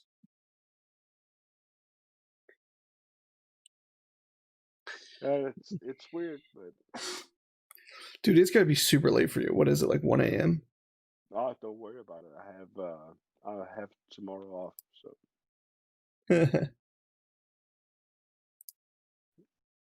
yeah. So like I told you last week, previous week, supposed to get my whole left arm tattooed tomorrow. Oh yeah, man, that's what's up. Yeah, but she had some personal family stuff. Oh, that sucks, man. So Did she you had to reschedule it? yeah, she had to cancel. So um, in the process of rescheduling. Dude, man, you'll have to send me photos. Yeah, I'm but pretty inked up. it's so bad. I'm so bummed, and I was so looking forward to it. And it's weird just looking forward to 6 hours of Pain. pain, just needles punching into the skin. But Yeah, but man, that goddamn, it's I was so cathartic though. I love getting tattooed. I don't know why. Uh, I do too. Like man, I have a friend of mine who's a tattoo artist, and man, there is something great about going and getting fresh ink done. Yeah. I was trying to explain it to, well, my mom. I was explaining it to my mom at one point, and I was like, it's artwork that you're buying that you get to keep forever, and and you get to take it everywhere. You don't have to worry about where you're going to hang it up. You don't have to worry about if it's going to get damaged in the move. For the most part, it's with you forever. And then she was kind of like, I still don't get it. I still don't get it. And then me and my sister convinced her to get a tattoo. And so she went and got tattooed, and she's like, I get it. She's like, I Nice. get it. So now she has like Yeah. 3 or 4. It's the same thing with my mom. Me and my older brother, who is 8 years older than me, we're both kind of like uh, same type of guy. Uh, both big tattoos and stuff. And my mom turned what 66 this year, and last year she decided, what I'm gonna uh, I want a tattoo for my birthday. So me and my brothers bought her a tattoo, and she's got a tattoo now. And now she's all, oh, but I want this more, and I want this to accentuate it. And yeah, you got Yep. the bug. Yeah. Welcome to the team. My that's what happened. My mom got a really small piece on her wrist, and that was all it took, man. Now I think she got one on her leg, and yeah, she's gone back for a few more, but she's designed a few of mine too. So she was, Nice. yeah, she was always kind of, my mom's always been pretty chill. She was always pretty punk rock herself. Like I was like 13. She was letting me like, I got my ears pierced and I dyed my hair blue and was doing all this punk rock stuff. And she was She supported it. She backed me on a lot of it. I remember she took me to my first punk show, and it was my What did first. you see? It was Rancid. Oh God, Yeah, it was Rancid, AFI, and the Distillers. Old school AFI. I fucking hate you, dude. Dude, it was such an insane Right now, show. I hate you so much. I have not seen Rancid live yet. Okay, you want to hate me for real? Oh So, the lead singer of Rancid, fuck. um, Yeah. why am I Tim blanking? Tim Yeah, Armstrong. Tim Armstrong. I had Thanksgiving dinner with Tim Armstrong one time, Oh, for fuck's sake, dude. and Oh, you know the best part of the story? It was him and his wife and his kid, and his kid was little. His son was tiny, like still in a car seat, small. Dude, we ate dinner, and this is at my friend's mom's house. Like, my friend knew his family, like knew him from like they were kids, and they'd grown up on the West Coast together, and then he was doing shows in DC, and so he came out. It was right at Thanksgiving, so they invited him over for Thanksgiving dinner, and she was like, "Dude, he's coming over for dinner. You can come over." And I was like, "Mm." And I'm this huge fanboy, so I'm there like fanboying out the whole time, and he was really nice. He was really cool. Finished dinner, they took the kid and put the kid down for a nap, and he's sitting at the table with my friend's mom sitting there, like no joke, my friend's mom sitting there, and he banged heroin at the table and nodded out. And I was like 14 or 15. I had never seen that, and I was like, oh damn, like okay, it's hardcore like that. Okay, cool. I'm just gonna sit here and pretend like this is not a big deal. um but yeah, dude, God damn. no, but I went and saw Rancid, AFI, and the Distillers, and it was an all ages show. Should not have been an all ages show. Should have been 18 and up for sure. But and it was at this super sketchy usually- nightclub. Yeah, dude, those shows. I mean, like, they let anybody in, right? And like, but it was in the Naval Yard near DC, in Southeast DC, which is like at the time was the worst part of DC, like absolutely like where the gang wars were happening. And so my mom drove me down there, and we got in line to The go. nice mother that she was.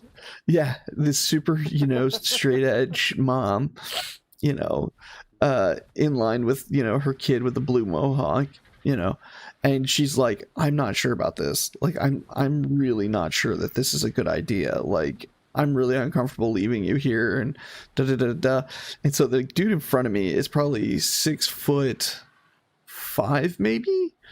Huge dude, studded leather jacket, you know.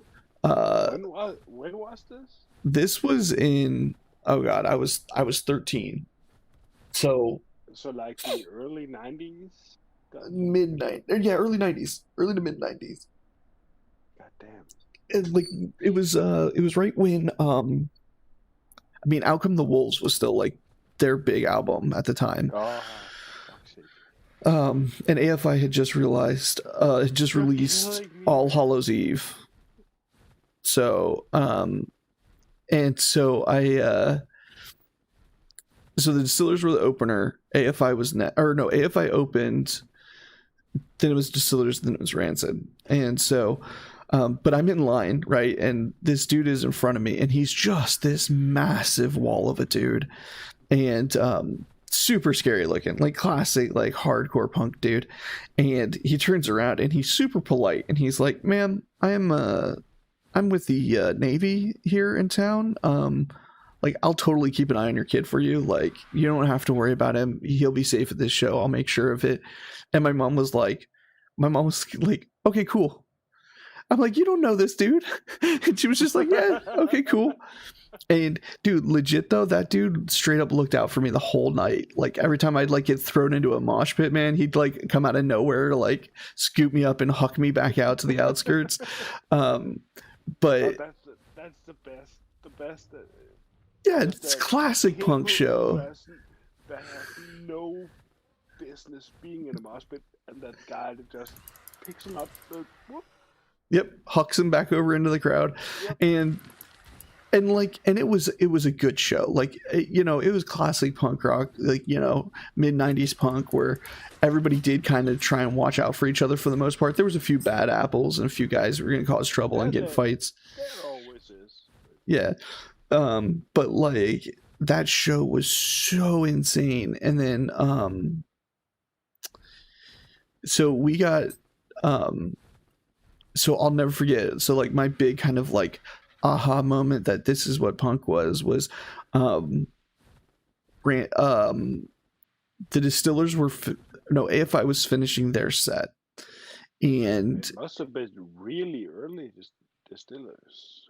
yeah, it was um and so they're finishing their set, um and no, I guess AFI opened, and then it was the Distillers, and then it was Rancid, and so this Distillers were like most of the way through their set, and Rancid was coming up next, and this dude is in the front row, and he's just being an ass, and he's picking fights and like causing trouble, and so one of the the rail Oh, kids, that guy.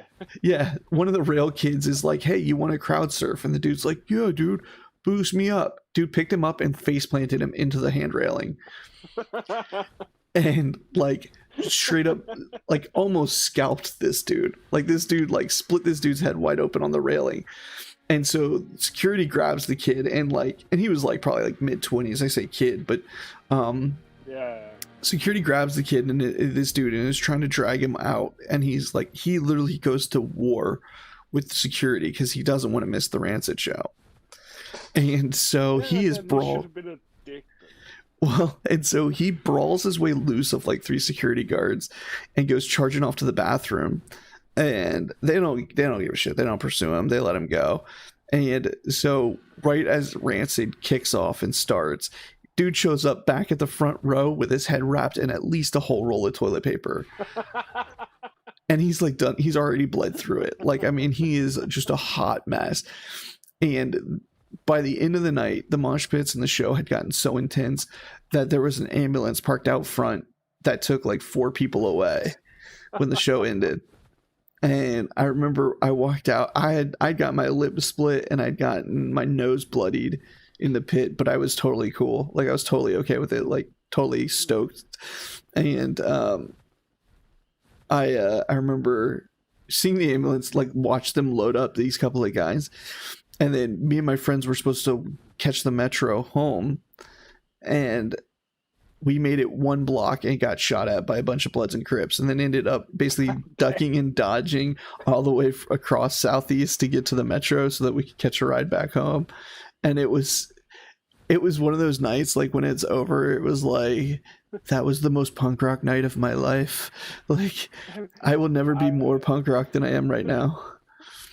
Right up until you got shot at, I thought I had a story that could compare to you guys, whatever that was, but goddamn. Well, dude, it was like, this was at the height of the crack wars between the Bloods and the Crips, like literally shooting it out like all the time in DC, and like that was like a bad time for DC for sure. It's way better now. Southeast is even like pretty nice nowadays, but at the time it was like, dude, this is chaos. This is insanity. But yeah, that was easily the best punk show I've ever been to, and one of the best nights of my life, because like it was me and my girlfriend, like it was me, my girlfriend, and like all of my best friends who were all punk rock kids, and we're way too young to be at this show, and we all feel like super mature, and we're having an absolute blast, and we're all stoned out of our gourds and having a blast. But oh man, the closest thing I have is this. It wasn't even a punk rock show. It's a hard rock metal show thing. yeah, And this fucking asshole kept jumping up on stage and doing Oh, stage dives, yeah. but he wasn't just doing stage dives. He was doing it with the boots first, Oh, fuck that guy. and not just boots, but fucking steel-toed boots. Oh yeah, dude. Those are the guys we So would, that's the guy who gets he the wa- shit kicked out of a show. For he was sure. just he was just kicking people in the head when stage diving, and after like the second or third time, people kind of caught on to what he was doing, and the greatest thing of uh, solidarity I've ever seen is he got up on stage and everybody was doing the same thing they were doing uh, um, when everybody else was getting up on stage and stage diving, like getting ready to catch the guy, Yep. and he jumped off with his boots heels first, and everybody just moved aside. He just landed straight on his back on concrete floor from what three, Yeah. 7 feet up, Yeah.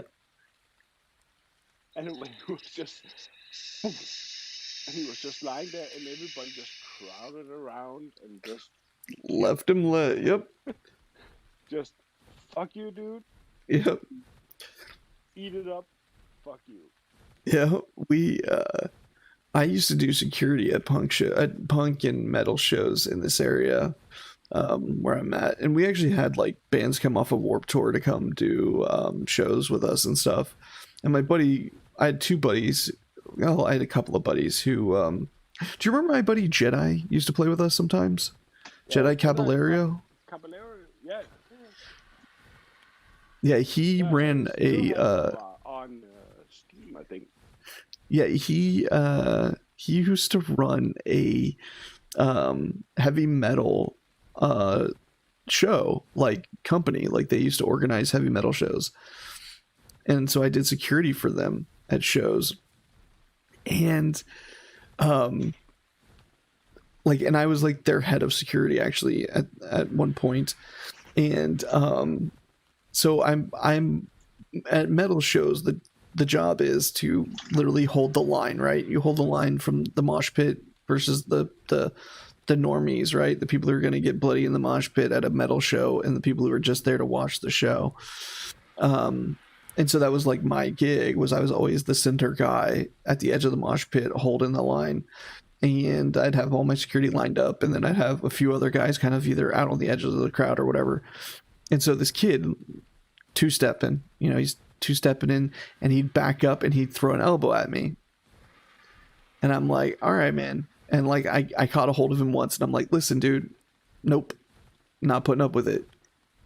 I'll give you one shot. And so he calms down, gets back in there, two-stepping, 2 steps backwards, kicks me in the shin. And I'm like, straight up, man, I'm gonna hook you out this show.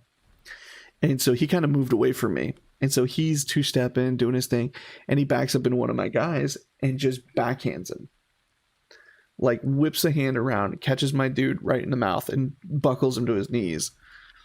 And he looked over, sees me, and like locks eyes with me, and I'm like, nope. And so I'm like a bull in a china shop going across the floor, like just charging at this dude. And he's trying like hell to kind of pull his way through the crowd, and the crowd kind of saw what happened, so they were kind of holding him back, and he breaks. Hey, thank you, Dark Design, for the follow. Welcome, man. Glad you found the channel. And Hope you're not bored. yeah, I hope you're into metal stories about old metal shows and stuff. I'm just kind of hunting around in the game and just chatting with an old friend of mine. This is Mutant on I'm chatting with Dark Design. But so the dude is straight up trying to book it, and he breaks free and takes off running across the pit from me. And I caught him about 3/4 away across the pit, and rather than like tackle him, I just ran up and like grabbed him by the side of the head and drove him into the ground. And I wasn't really thinking about it, but I ended up like spiking this kid's face into the ground and like God jackknifed damn. it. Yeah, I jackknifed him into the ground. I felt kind of bad about it, and I didn't knock him out, but close. Like I dazed the shit out of this kid, and I'm like, so I like pick him up and drag him back out of the pit and take him out to outside of the show, and I'm like, you're done, you're getting ejected, man. I'm not putting up with this stuff. And he's still kind of dazed, so he doesn't really fight me about it. And I go back in, and Oddly enough. it turns out he was the lead singer of one of the bands who was supposed to be playing later that night. And they're like, we need him back. I'm like, no, absolutely not. And so all of my friends who were running the shows were like, dude, you gotta let this kid back in. I'm like, you tell him he can come back in once he gets on stage and apologizes to everybody for being an ass. And so that was how he had to open his set. He had to open his set by apologizing. And but yeah, he ended up with a big old like skid mark on his forehead from getting spiked into the pavement. And I was like, yep, that's what you get. I have the perfect antithesis for that story. I was at a punk rock show in Berlin. Oh, Fuck, this year. God damn. It was in February dude, this that's year. awesome. With H2O. I don't know Okay. if you know him. Big Mm, old school punk rock band. okay. And I was just walking around, big concert with plenty of bands, and got pretty drunk. Not as drunk as one of my friends, but who cannot remember anything from that show. But I thought, hey, goddamn, dude, H2O fucking great. I'll buy a t-shirt from him. And I went up to the booth and bought a t-shirt. The, the guy behind the desk was, thanks, man. Thanks for the purchase. So, yeah, whatever, sure. Turns out to be the basis of H2O that I Did you just get it signed? blew, that I just blew off as just a merch salesman.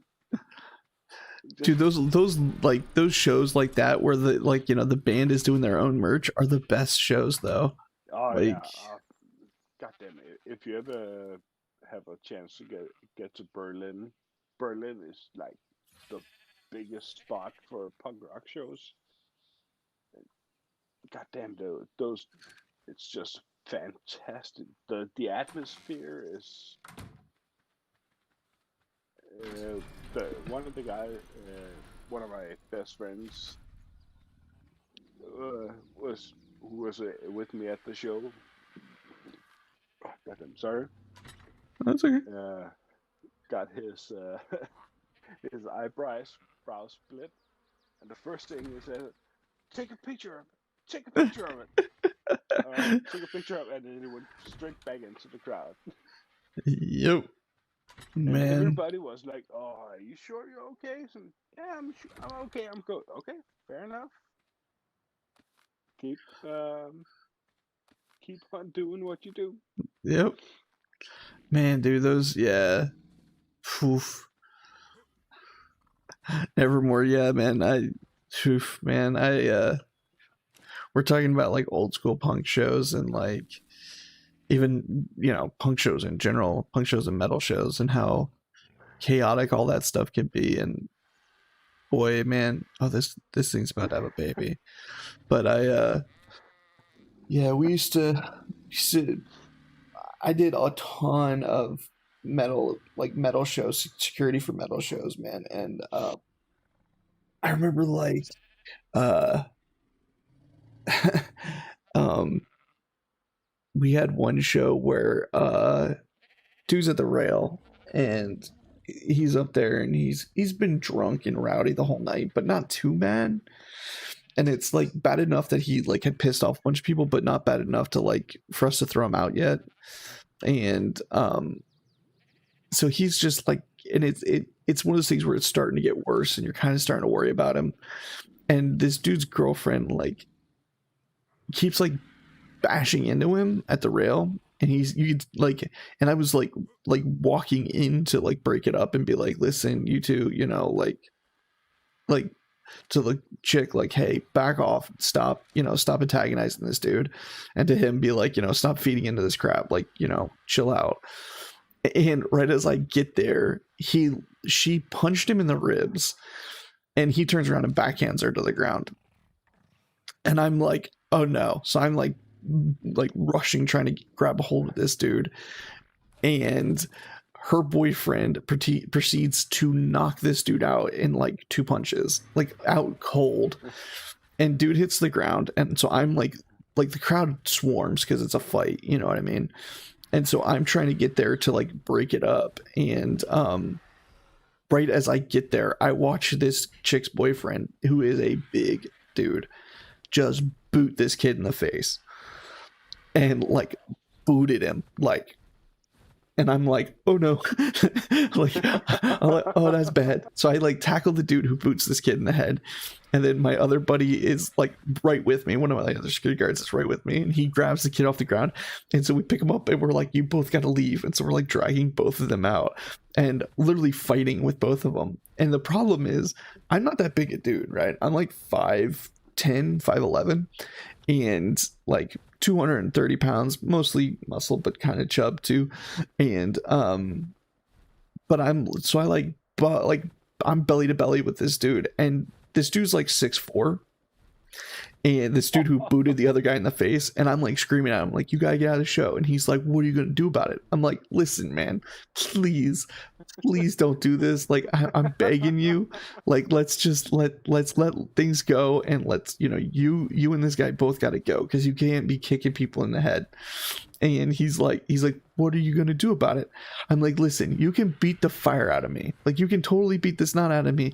I said, but then the rest of my friends are gonna show up, the rest of the security guards are gonna show up, and you're gonna be fighting like 6 dudes. Like, let's not do this. Like, let's not. How much fun is that?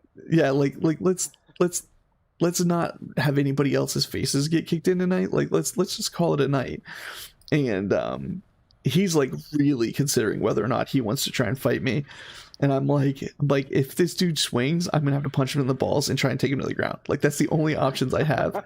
And thank God the dude starts to chill, like starts to calm down, because like one of the guys who was running the shows, I think it might have been Jedi even, he comes out, he's like, dude, I'm calling the cops. And the dude's like, whoa, wait. And Jedi's like, you can leave, or we'll call the cops. And like, that kind of took the wind out of his sails. But I was like, man, this dude's gonna beat the shit out of me in the parking lot, and I'm gonna have to go to work tomorrow with my head all lumped up. Like, but yeah, no, we had a few, like, we didn't have many shows get really kind of ugly. That was absolutely the worst, because then I found out it triggered a full-on brawl. Like, half the show ended up in fights, because like this dude was angry that dude kicked him, and then so he punched his friend, and then his friend punched their friend, and it was all out war for, I guess, about half an hour in that show. And then there was like, of course, I'm outside like trying not to get get myself beat to death. Oh man. Oh goddamn. Not even close, but I once got a kick out of a club for stopping a fight. That sucks. That actually kind of happened to me. I almost got arrested in Philly for doing the same thing. But it's so weird. I was hanging around with a lot of guys in like a small town where I'm from, Yep. and I don't know. We weren't bad kids. We weren't looking for fights, but we didn't back down from it. Yeah, I was the same way. Sense. Yep. I'm not going to start the fight, but I'm happy to end it. Yeah, exactly. And the thing is, we were enough to end pretty much any fight that anybody wanted to start. We were not looking for fights, and and we knew a bunch of the guys who were that were looking for fights, that kind of like the really bad guys. Yeah, And the guys who are definitely gonna the get start trouble. Yeah, yeah, the kind of guys you they didn't go to parties to look for fights, but if fights were to break out, someone was gonna get very hurt. yeah. And I was at a bar, and someone was starting a fight with one of those guys, and I just kind of intervened, like, "Look, dude, you do not want to start this fight. Just walk away. Just grab a drink and just call it a night, eh?" And this guy just kept going, and I kept pushing him away. Just go, stop it. Just don't do this. And all of a sudden, like 5 or 6 security guards were around us. Just, you gotta go. But Oh, I was stopping this thing from escalating into a very, very bad situation. yeah. Yeah, but the owner says you gotta go. Well, all right. Guess I gotta go then. Man, I was at a bar in DC called the Four Courts of Ireland, and it's a great Irish bar in DC. And I was at home on leave from the Navy, so I'm on leave from the military, and the bartender was like knew I was in the military and was super cool and was like he got me pretty drunk, and I'm like, this dude is like, I don't even know how to describe it. He's just like talking shit for no reason, sort of thing. And I'm like, listen, man, I don't know you. You don't know me. Like, don't do this. We don't got to do this, kind of thing. And so I was there with one of my best friends who was a female, and he starts in on her, and I'm like, listen, dude, like, this isn't gonna go the way you want it to go. Like, she's not interested in you. Like, she's this is gonna end badly. Like, I'm not trying to like threaten you. I'm not trying to be kind of an ass or anything. I'm just telling you this is gonna end bad. And so he's drunk and firing off the mouth, and finally, like, one of my really good friends who I grew up with, named Ian, literally does like off the top ropes, like comes over from behind me, because he was the same guy, right? He was the guy who, if you started a fight, he was going to end it. Like, he was, if you picked something up, like if you were going to get into it, he was going to send you to the hospital. And like, I'm like trying to talk this dude down, and off, like, he comes over my shoulder and smashes this dude in the face, and literally it was instantly everybody in the bar is throwing punches. And so, because it was an Irish pub, like, I mean, that's the way it went. Like, a punch got thrown, it was Yeah. it was time to go. And so I like hustled my friend Caitlin, who I was there with, out, and then I like turned around, waded back into this thing, like throwing punches the whole way, and dragged Ian back out.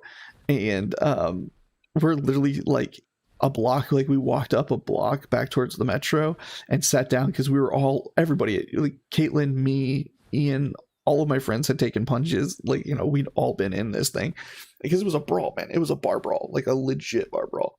And we're all sitting on the curb, and the cops pull up and are like, were you guys involved in that?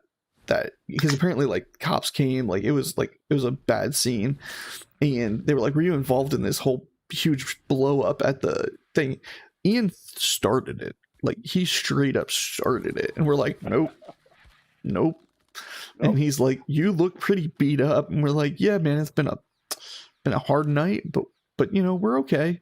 And he's like, listen, I'm not gonna poke at this story at all, but go home. We're like, yes sir, you got it sir, we're gonna go home. And like, but it was so bad, man. Like, and then when I was in the Navy in Philly, we went to the Army Navy game in Philadelphia, and so they'd sailed us up from Florida. Oh god.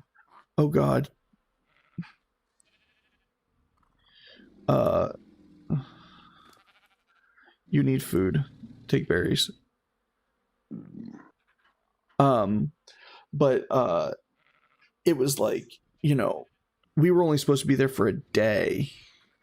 We were supposed to be there for 3 days, and we ended up freezing to the pier, so they couldn't get the ship out. So we were there for over a week, and by the end of that week, Philly was like ready to throw us all out. The police in Philly hated us. And so we went up to there was this club called Club Pyramid. It's right by the piers by the Navy Pier in Philly. And so we went up to this club, and all the locals hated these Navy dudes being there. Like, they were not happy about it. And sounds like locals. Yeah. And so I don't dance. Like, I'm not that guy. I'll go into a mosh pit, but I'm not going to be like, it was a dance club. It was like, hip hop dance club, like, not my scene, but I was going to have a couple beers and hang out with my boys. And so, my buddy and this dude, I'm not going to say his name, but this dude is like, he was our Gomer Pyle. Like, he was our guy who was, like, if things were going to pop off, he was going to be the guy. And this guy got attacked by a monkey in Gibraltar. Like, he was that guy, right? He was the guy who, the whole time I was in the Navy, every time something bad happened, it was like, was it him? Yeah, it was him. And yeah, and he broke both. We were gearing up for deployment. He broke both his legs when we were out to sea one time. I get so many stories about this kid. So, but we go to this nightclub, and he was listen, he was a good looking dude, right? Young, suave, Latin dude. And he was suave as hell. And so he was always, getting around with the ladies. So he's out there on the dance floor. Long and full of calm. Yeah, dude, he was a sailor through and through. And so he had a lady in every port. And so he is, dancing with this chick, and he is just having a time with this lady. And I was in engineering, right? So we worked on we worked on under the, we were the boiler rats, man. We were all these like roughneck dudes, and we held our own, man. Like, you took care of your guys. And so dude walks up, doesn't say anything to Warby, walks up and just decks him. That's the guy's name, Warby. That's what I'm gonna call him. And so dude walks up and smacks this dude. And starts screaming out of the blue. Well, he starts screaming at my buddy and this girl. And it turns out this is his girl. Oh, and so, but as soon as this punch gets thrown, every single sailor in this whole club goes, because it was like a sunken dance floor. Like, it was like dance floor was like 3 steps down. Dude, every sailor is coming off over the railings, diving into this thing and just wading in, and every local is fists up, ready to go, man. And it was so bad they shut the club down for the night by the end of it. And so, but we are like, and I'm literally like, I got to get to my dude, and I got to get him out of here. Like, we can't stay here, because if we stay here, we're all going to jail. Like, there's no doubt, like, this is going to be bad. And so I'm trying to drag him out, and he's fighting with every single person he can get within arm's reach. I'm getting the snot kicked out of me, and me and all my boys, and finally, like, I'm like, trying to organize everybody. I'm like, we gotta get to the door. Like, that's all I can think of is we gotta get to the door. We gotta get out of this club. And so we create kind of a cordon and start fighting our way through this club. And at this point, I'd gotten smashed with a beer bottle, and I had I don't know. I ended up getting I think 2 stitches in the side of my head, 2 or 3 stitches, and some butterfly tape. That's sounds about right. Yeah, and I got, I've gotten my lip split. I've been punched in the guts. My ribs are all bruised up. I'm and my knuckles are busted. All of my knuckles are split open from throwing punches back. And I'm like, we just gotta leave. I don't care what it takes. We just gotta get out the door. And so we finally make it to the door. Bouncers are literally funneling people out. They're like, just get out, just leave. And so we make it to this. That's really is the thing. If you see anybody with scars on their knuckles, yep, just leave. That's people you really don't want to fuck with. Well, I am not a tough guy. I lost way more fights than I won, but I was always. That's not really the deal. The deal is it's not about how many fights you win. It's how many fights you're willing to engage in. True. But I was a roughneck, man, through and through. I grew up fist fighting. And so, but I dude, we get outside and I'm like, we gotta go. These guys, I don't know, I mean, we're not in the nicest neighborhood in Philly. We need to go. These guys, I don't know. They could be packing. They could come back around for us. It is time for us to move. Pull anchor and move. And so we're heading. We're walking back to the pier. Cops, 4 cop cars pull up and corner us. They literally boxed us in. And there's and we're all beat up. None of us look good. And and the cops get out and they're like, you guys were in that big brawl up at the club, right? And we're like, yep. No, there was no denying it. There was nothing else out where we were. There was nothing between us and that place. There was no denying it. And we're like, yeah. And he's like, you guys, Navy guys? Just fell down. A whole bunch, over and over and over again, right on our faces. But it was just kind of yeah, we were. And he's like, where are you headed? And we're like, we are going back to our ship. And he's like, if you go back to the ship and don't leave for the rest of the night, I will let you guys go. And we're like, bet. Done. And so these 4 cop cars followed us all the way till we got to the pier, and then they parked at the end of the pier and watched all of us walk onto the ship to make sure we did what we said we were going to do. And I will never forget crossing that quarterdeck, because you have to go across the gangplank onto the quarterdeck of a ship, and you have to pass the security for the ship, and you have to show your ID and introduce and announce yourself and all of that.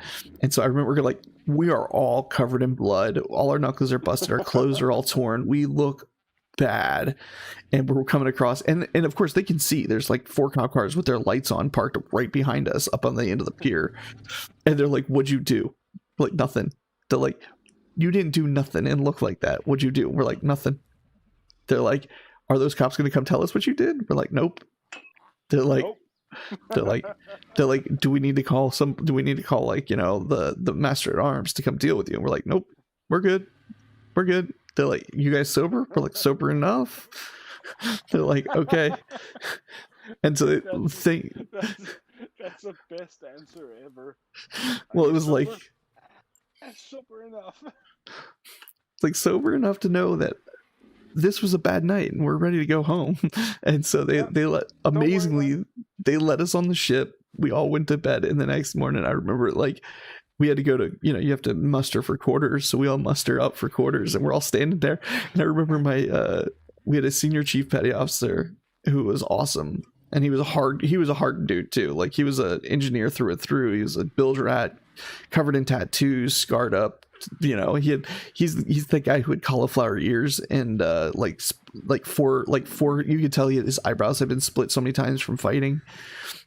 He's one of those guys like old school Navy, Yeah. and he he walked into quarters and looks us all over and he's like, I ain't even gonna ask. I don't even want to know. We're like, thank you, Chief. Thank you, Senior. We're grateful for that. And like half of us can't even stand up straight because we're all bruised up. And he's just like, he's seen it all, yeah, and yeah, he knows not to ask yeah. questions. He's like, exactly. He very much knew. He's like, if I start asking questions, I'm gonna have to deal with this. So I'm just not gonna Yeah, ask any questions. yeah, fuck it. Just Oh, take the words on it. yep. Oh, fuck. It's not even gonna come close, but we have this massive rock festival in Denmark called Roskilde Festival. Don't know if you've Cool. ever heard of it. Nope, but it sounds amazing. It's in Roskilde, so Okay. it's like a big festival every year. Biggest in Denmark. I even think it's the biggest in North Europe. Uh, the main stage is an old Rolling Stones main stage, so That's awesome. that kind of sets the mood. And they hired a Swedish pop punk rock band called Melancholy. Okay. Don't know if you've ever heard of them. If you haven't, check Possibly. them out. Okay. Check them out. They're really good. Uh, and me and my friend had this tiny little girl who were a good friend of ours, Okay. and she liked all the music and stuff. We'll take her along to a punk rock show, Oh God.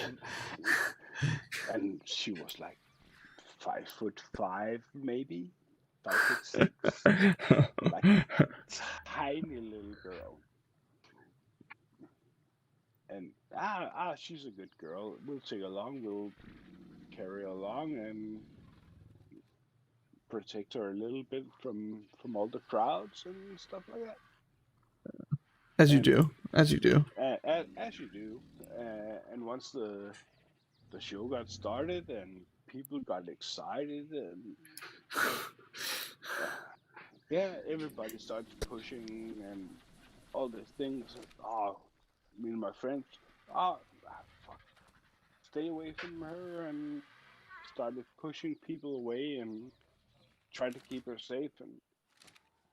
And then, like the first quarter of the show, this huge guy that me and my friend just couldn't push away. He was very determined. I'm guessing very drunk or high on something. Mm. He was very determined on removing his shirt and just pushing into everyone in his path. That guy. Yeah, I know that guy. I've run into that guy. Yep. And we were trying to like, fuck, come on, fuck off. Just pushing him away and making sure she could see the show and stuff like that. And like I said, like quarter of the show, she got fed up with him. Oh no. This tiny little girl just took those tiny little hands and those not so tiny little nails and just dug him into this guy's back. Oh. The look on this guy as she drug those nails down his back. Oof. It was so perfect that we just, all right, she can take care of herself. Yep. Party on. Yep. It's like, but I, you done picked this fight. Have fun. Good luck. I've never seen such a small guy grovel that much. Uh, he was crawling away from that. Oh, I had a I had a friend like that. My friend Kaylin, the one who we were at the Four Courts Island together. She was like, she was so chill. She was such a like relaxed, kind of laid back person until you pushed it too far, and then she was gonna go after you, and it was like, it's like, yeah, you earned this. Whatever you get out of this, whatever comes your way, congratulations, you have earned this. You Yeah, deserve whatever happens. I don't really have a problem with it. Nope. It's like, listen, you done earned it. Good luck. You piss And someone off enough, yeah, so that they yeah, go into you. deal with it. Yeah, yeah, that's old school punk mentality, though. It's like a little bit of that vigilante justice never hurt nobody, right? Like, you pick a fight with my friend, and my friend lays you out, you earned it. Congratulations, you get what you got. Yeah, fuck them. Yeah. Yeah. Oh man, yeah. I was we had many like I don't know. I even meant to ask you, did you ever try the Call of Duty Cold War whatever beta thing? I didn't play any of the beta yet. I didn't pre-order Call it Cold War. I probably should, but I I do have the Battlegrounds, this most recent Call of Duty. What is it? Modern Warfare? The Warzone thing? Yeah, Warzone. Yeah. Yeah. I played that a few times. It's fun. Um but yeah, but I'm not like, I don't know. Like, I was never good at zombies. I was always bad at zombies. Like, that was always the joke, right? Was I was friends with all the zombie guys and I sucked at zombies. You were bad at it. No, I wasn't bad. Okay, girls, my dogs just decided to go ballistic. But I wasn't bad at Call of Duty, but like, I just never got the super good at the mechanics of zombies. Like I could kite and I could do all that stuff, but I couldn't, like, there was no way I was gonna do like Davey and them used to do in solo out to like level 50 or something. Like, no. And I never the first time I actually tried to stream things on Twitch, I decided to stream very high level on Shinonuma. Okay. And I went to level 14 something, 1400 something. Jeez. And yeah, like, I was never that guy. And like, everybody in the chat was like, "I should go for the high rounds. You should go for the world record." Are you kidding me? The world record is like 6,000. good lord. I am not going for that. I'm just fucking around. Shinonuma was one of my favorite maps, though. I loved Shinonuma, and everybody hated it for some reason. On my because I did a whole series on my channel called Zombie Bait, which was literally just me getting eaten by zombies over and over again. But it was me like trying to learn to play zombies better. But so much of it was like the one map that I started getting comfortable with and starting to remember and know how to run was Shinonuma. And I remember people being like you said, hating that map, and me being like, it's good, I'm okay with it. Like, there's so many bad maps that are so much better. I'm like, okay, I'm sorry. Like, oh, there's only 24 zombies around, blah blah blah blah. Yeah, but there's no revive.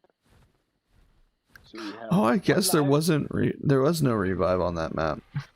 Yeah, you have no revive, so you have to do it in one life. But have you? The record has just been broken round 10,000.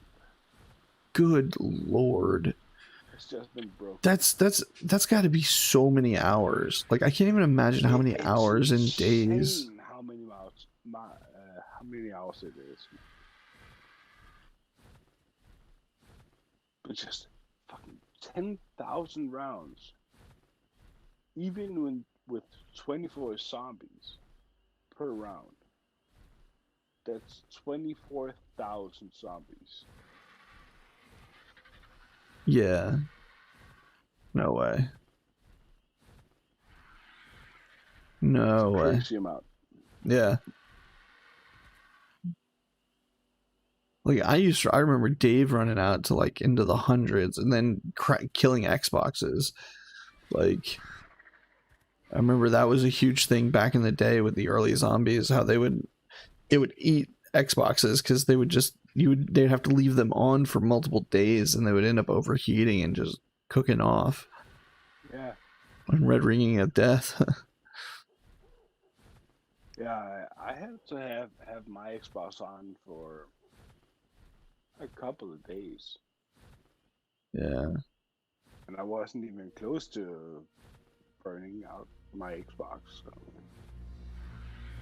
Yeah, I think a lot of people didn't know why people were getting the red ring of death. Like I think a lot of people didn't understand that it was heat. Like it was literally caused by, um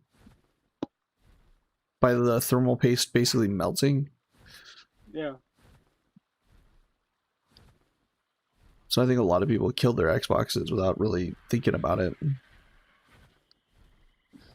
Man, I remember all those that time period too, where it was like you could steam your Xbox, you would wrap the towel around it to try and keep it. Oh man, I don't think I've ever done that. well there was this whole thing where essentially the whole reason it died was that it overheated because the thermal paste melted. So you could melt the thermal paste back down and sometimes get it to actually kind of readhere by heating it way up again. And so people would Really? try it, yeah. And it would basically give you like an extra couple of days before the Xbox completely died. So people would wrap it in a towel and overheat it intentionally, and it would make the thermal paste connect. It would melt it down just enough to reconnect it temporarily. Um, so you get another day out of it or two, and like, but it was just ultimately dooming it. That sounds ominously a lot like pissing on a fire. It kind of is. Well, it's like pissing, like it's like trying to put a fire out with gasoline, right? Like it might knock the flames down for a second, but then you're gonna have a much bigger fire. Oh, I don't know. Yeah, man. Oh, I need to make some bullets, some trank darts and stuff. Um, So, but what's up with the game? Am I still alive? are you still alive? Yeah, my small. Oh yeah, your dodo. Yeah, the dodos are still alive. All the dodos are still alive. You, Abby, Daisy, and I think Pro were the dodos. You guys were my first dinosaurs. I think So me, Daisy, Abby, and Pro. yep. Yep. And then the next round of people got to be Dilophosaurus. So the Delos are mutant or Razor, Turles, and a few other early people who were on the stream, and then from there it gets crazy. But Zane ended up being the first thing that killed me. That was so I had to name my kid after the. Zane was the first that metal one, wasn't it? He was the Barian X. He was the big giant like water based one that. Yeah, well, he's the one who ate the baby. Did you hear about that? Yeah, the the Daisy baby. Yeah, Daisy's baby. Yeah, that roast beef. Yeah, that's right. Because I accidentally cooked the baby, and then after cooking the baby, I tried to bury it, and then as soon as I walked out with the cooked baby, Zane was like, "Food," and I was like, "No, oh my god, you don't eat baby." Okay, I need to make bullets. Let me go. Um, but yeah, Oh, no, by the way, have you played Raft? I have briefly. Um, Zane wanted me to get it, and so I got it for because of Zane. But um, it's fun. I mean, I enjoyed it. Um, I'm just thinking it could be a fun collab with someone else.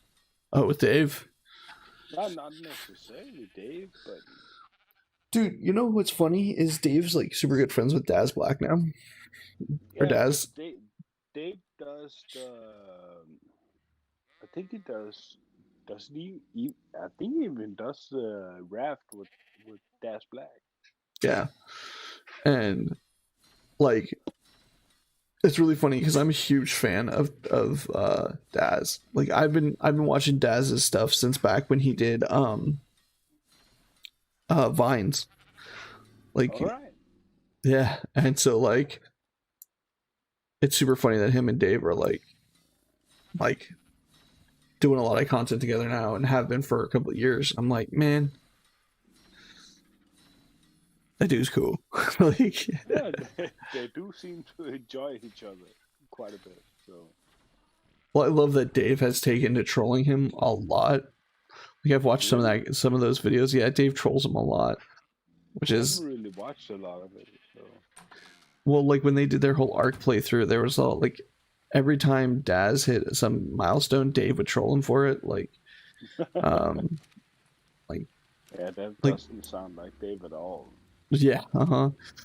It would be like Dave would spawn in a bunch of like horrible dinosaurs to kill him, and so he'd be $1 million manning it across trying to get away from him. But yeah, no, there's I mean, all of that is such like good content stuff. But I did see they were doing the Raft playthrough. Um,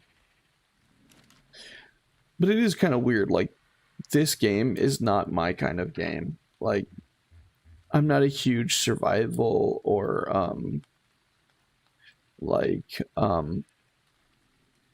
kind of open world crafty kind of game guy. Like Yeah, I'm mostly FPSs and I play a lot of games that are like super story driven, like Destiny.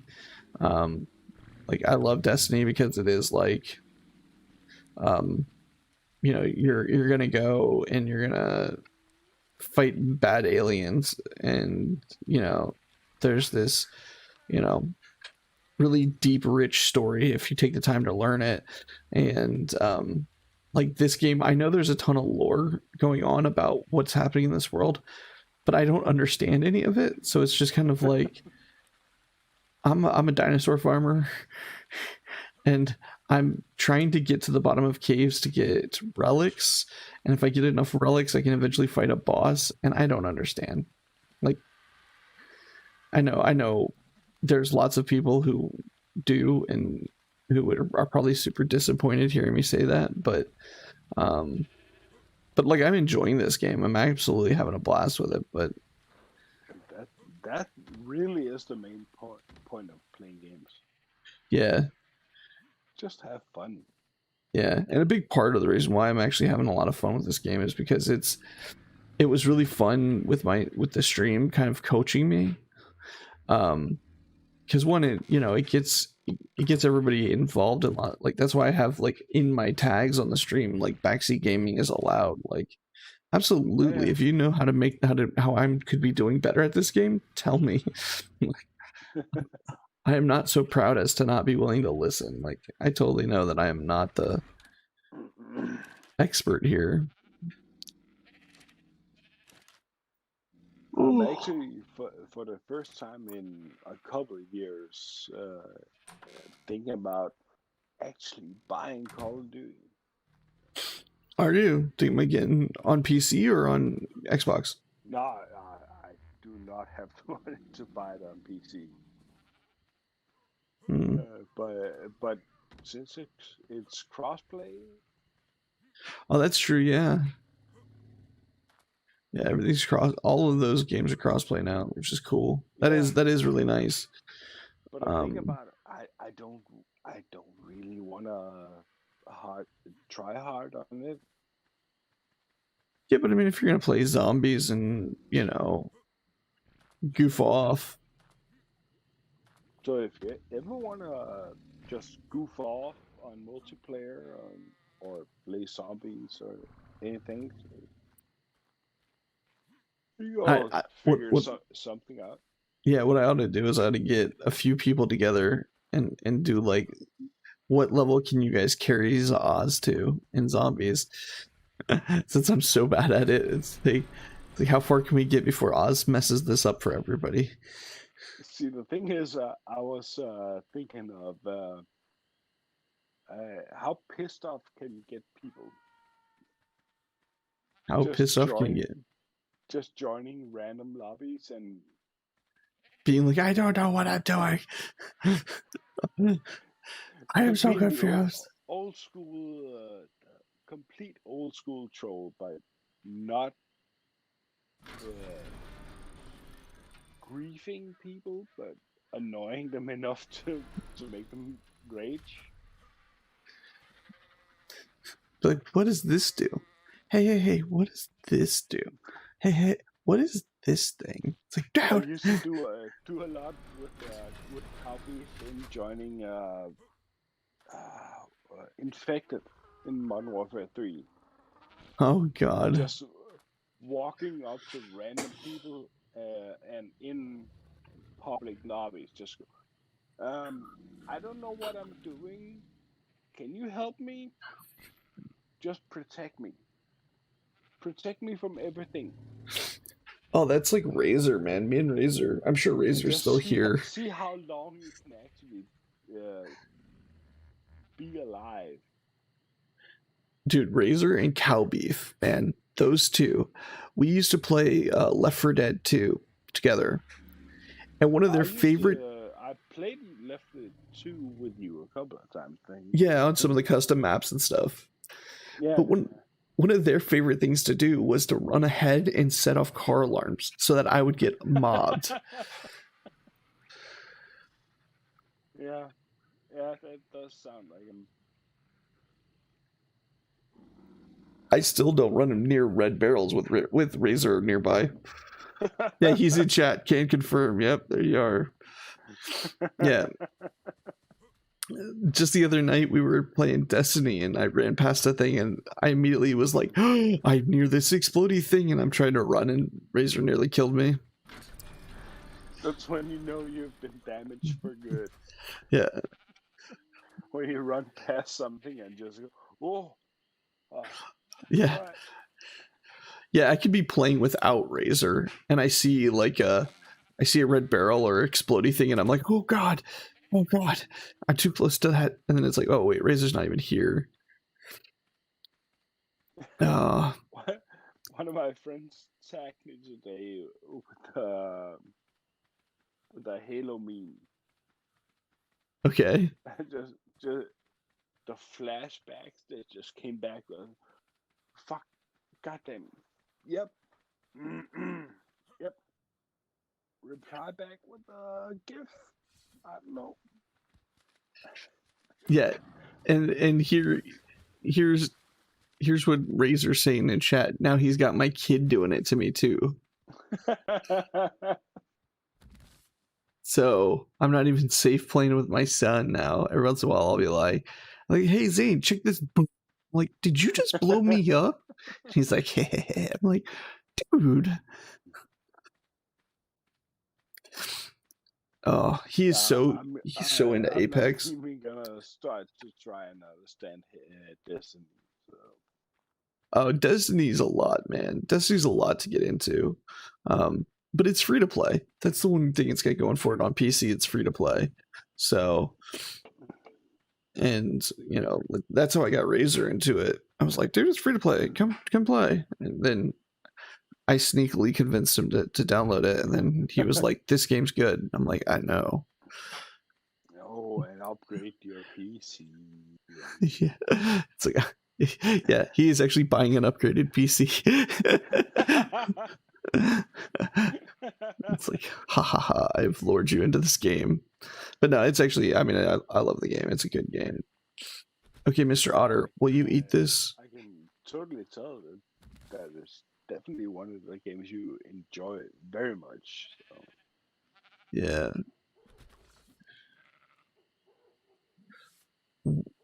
That wasn't enough. I fed you an entire fish, and that wasn't enough for you? You little shit, Otter. All right.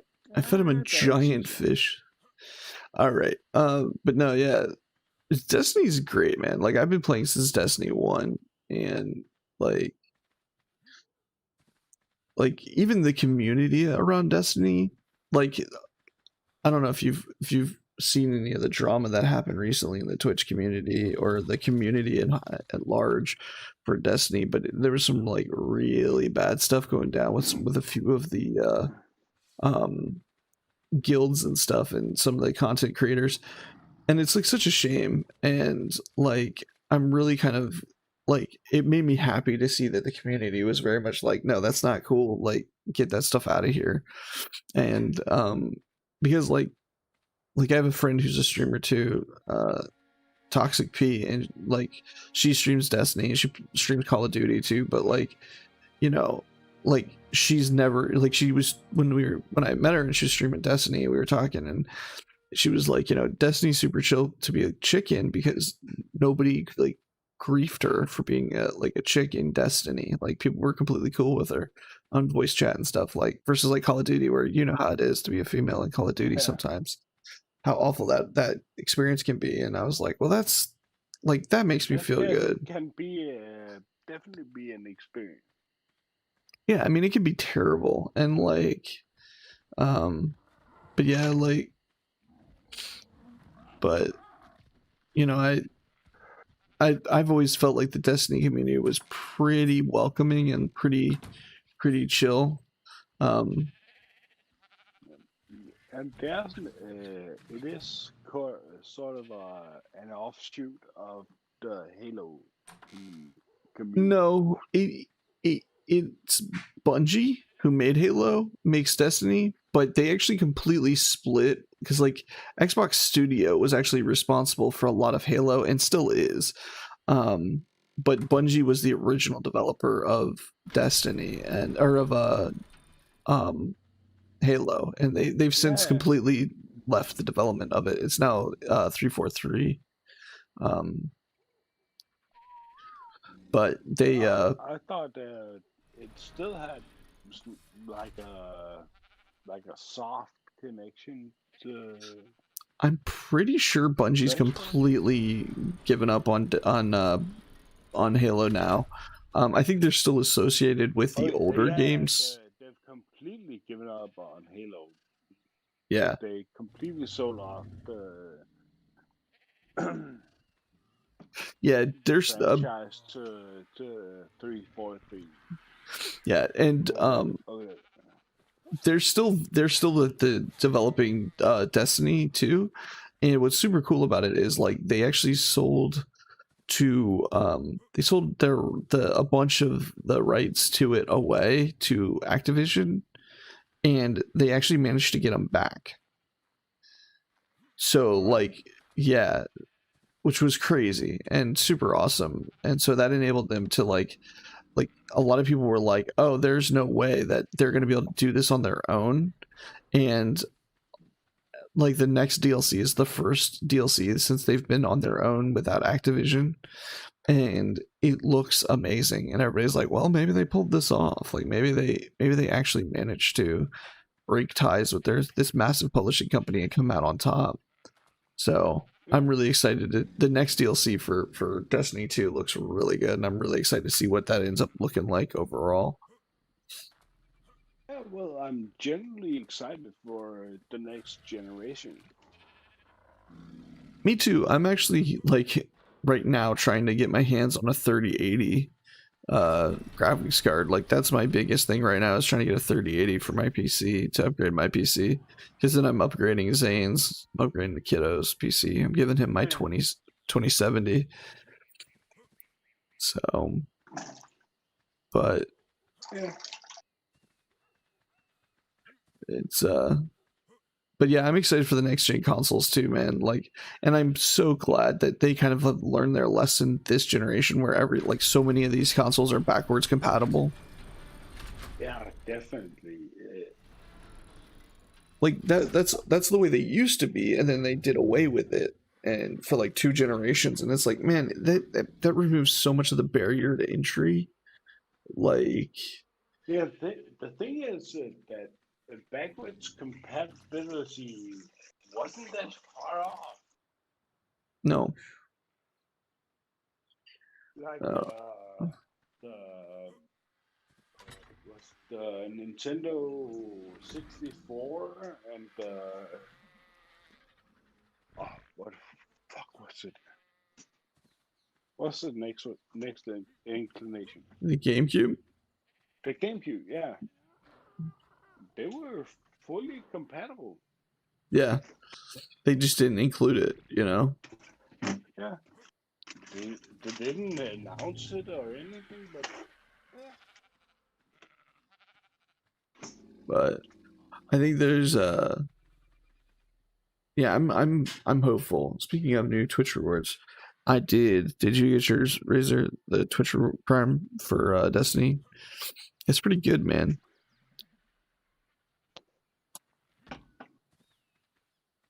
Yeah. So tonight after the stream, I'm gonna jump on Destiny for a little bit. Razor. I need to hit my weeklies and stuff. If you want to do that, man. I'm sure. I know. I know. You've been no lifing RuneScape again. I would every time I get on, I see like, oh, yep, Razor's on Rune Light. But I mean, I can't blame you. Jump on, Racer. Teach me my woeful ways. Yeah, Razor, jump into chat, man. Jump into the stream chat. We're on.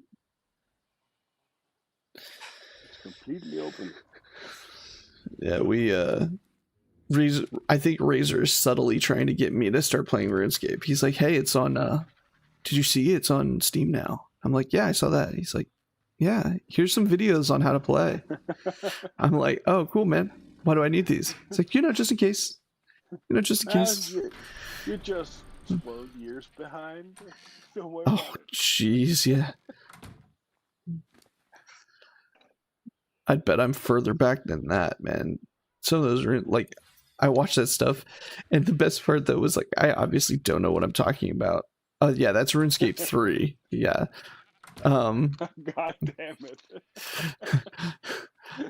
And that's the whole thing, is that like I'm that level of noob where I'm like, yeah, that's RuneScape. It's like, no, that's RuneScape 3. I'm like, it's RuneScape. But yeah, you're fucked. But yeah, Razor's like super subtly like, hey man, here's some videos. Hey, Razor. Hey, hello. I had Hey. to get on and to clarify. There's 2 versions of RuneScape: old school RuneScape, and then RuneScape 3 is what it's actually called. Yeah.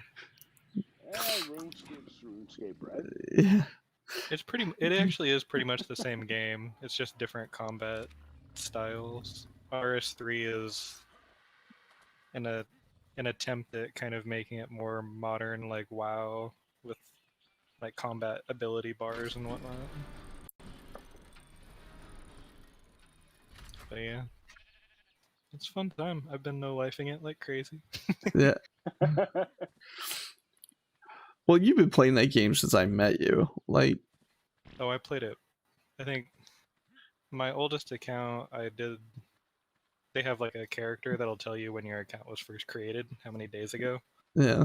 I think it was like 2008 was the first time I had played it. So the old school RuneScape is based on 2007 version with a couple of updates after they re-released it. Jeez. So yeah, that's the version of RuneScape that I kind of essentially started playing on. Bruh. Is there a mode where you can just sit in a corner and win? RuneScape's, well, you can do whatever you want in RuneScape. So if you want to just be a RuneScape is farmer, really interesting. if you want to just be a fisherman, like, you can level up a character just doing that one activity. Yep. Jesus. Yep. Yeah. 27 skills? Yeah, there's like, No. Old school RuneScape has 25 skills. I think RS3 has 27. yeah. And they so all kind of have their different abilities that a completely different gameplay too. I mean, it's all clicking stuff, but it's all clicking. yeah, I mean, essentially what it boils down to is clicking things that you want to do, but it's all like very different mechanics. Well, that just sounds like the old LucasArts games. Yeah. Oh, I remember all of the Always something Scum, the old Scum games. Yeah, the Scum VM game. Yeah, dude. Oh man, I loved those games. The Indiana Jones one was one of the best games ever. Oh yeah, the Indiana Jones and the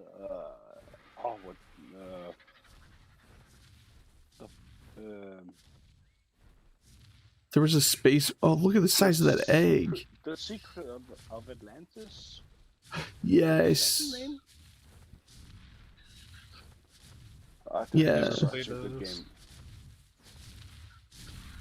But the old. Bruh, this is a bad idea, but I'm gonna try it.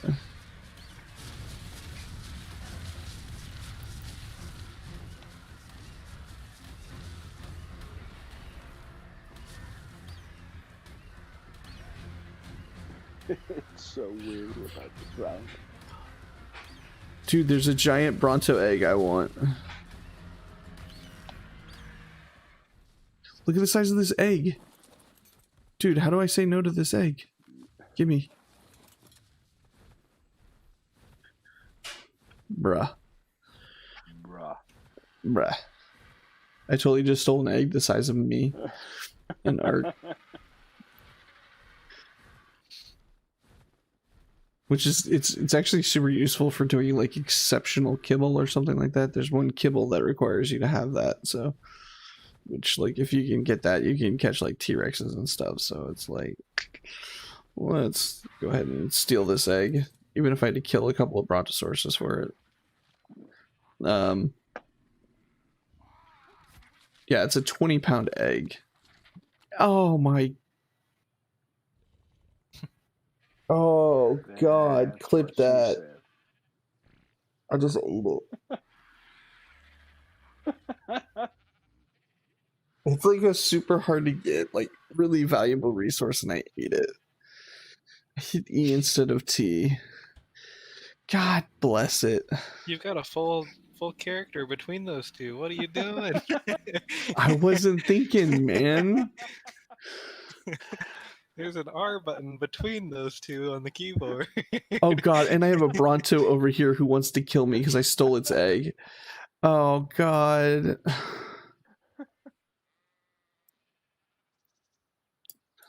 Damn it. Let's go kill this other Bronto. Because he's going to show up at the base pissed off. Yeah, I didn't... Yeah, I ate it. Get over it.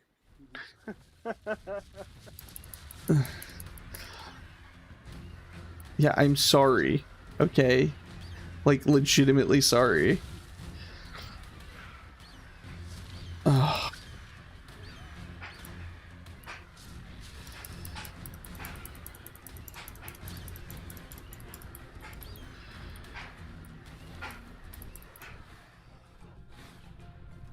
Get out of here, Dimorphodon. Why are you pissed off at me? Oh.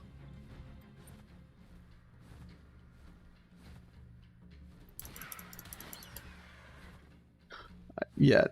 Now I'm fighting dinos because I'm dumb. All right. It's all going wrong. I just flung that thing halfway across the map. All right. All right. Oh.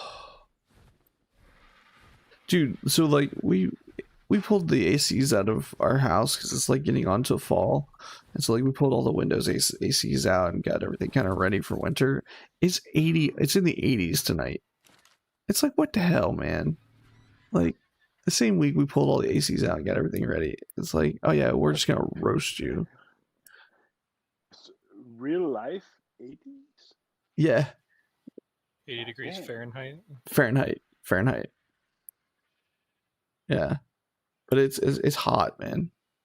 Yeah, it's 82 Fahrenheit right now, even after sunset here. That's what. That's in the mid 20s. Celsius, something like that. Uh, I mean, it's just shy of 100 degrees Fahrenheit. Is because 100 degrees Fahrenheit is what, 24, 25? No, 100. It's like 40, 30, 40. let's see.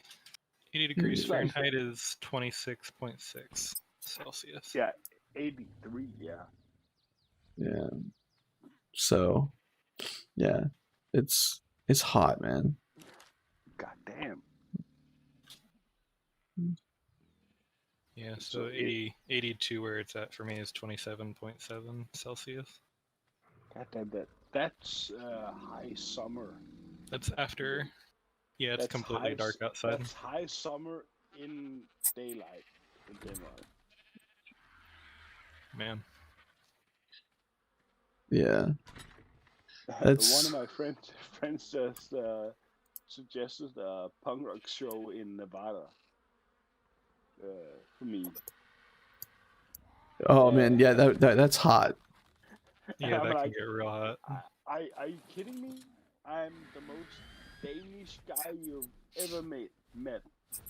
I will self-ignite in the Nevada desert. Not even kidding. The desert sun hits you and you just burst into flames. I have come home from the festival I was talking to you about earlier, Roskilde Festival, Yeah. which is in the summer in Denmark. I've come home with second-degree burns on my forehead, Oh my god. which means that you have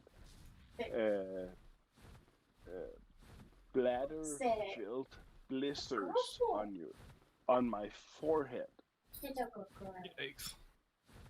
and that's not even pushing 30 degrees Celsius, which is what 96, 97. Yeah. Could you imagine me in the Nevada desert where it's 50 degrees Celsius, 50 degrees Fahrenheit? Yikes. That would practically burn me to death.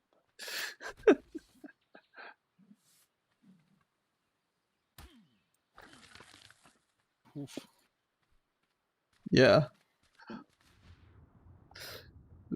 So yeah, stay out of the mountains out here where I'm from too, because like everybody thinks like, oh, you go to the mountains and it's cool, but going to the mountains just means you're closer to the sun. And a lot of people don't think about that. Like I didn't think about that moving out to Pennsylvania. I moved out to like the country in Pennsylvania, and it's like, oh yeah, it's totally, it'll be nice and cool going up on the mountains. It's like, no, you're just closer to the sun. You're just gonna burn. Oh.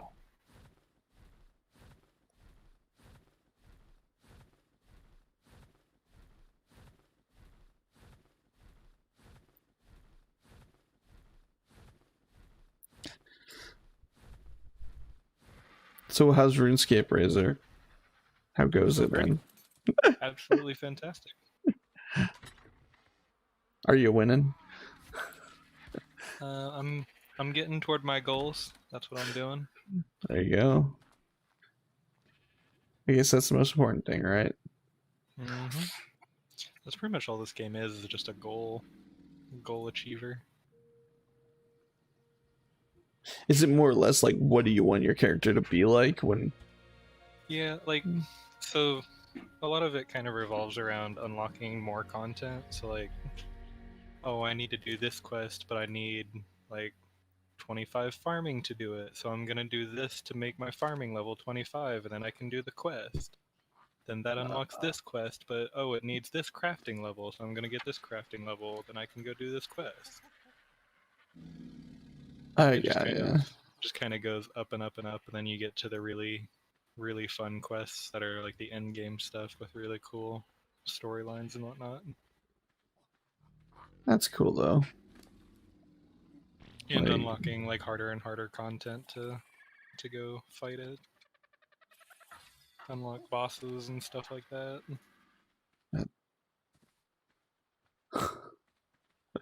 our Razor was trying to explain some of the RuneScape stuff to me, and he sent me a video, and it was like, it's a quest that revolves around cooking, and I watched it, and I was like, dude, this game looks pretty neat. I get it.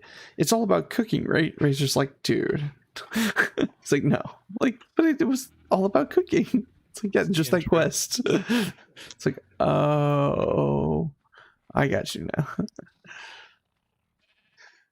I'm not always a smart man.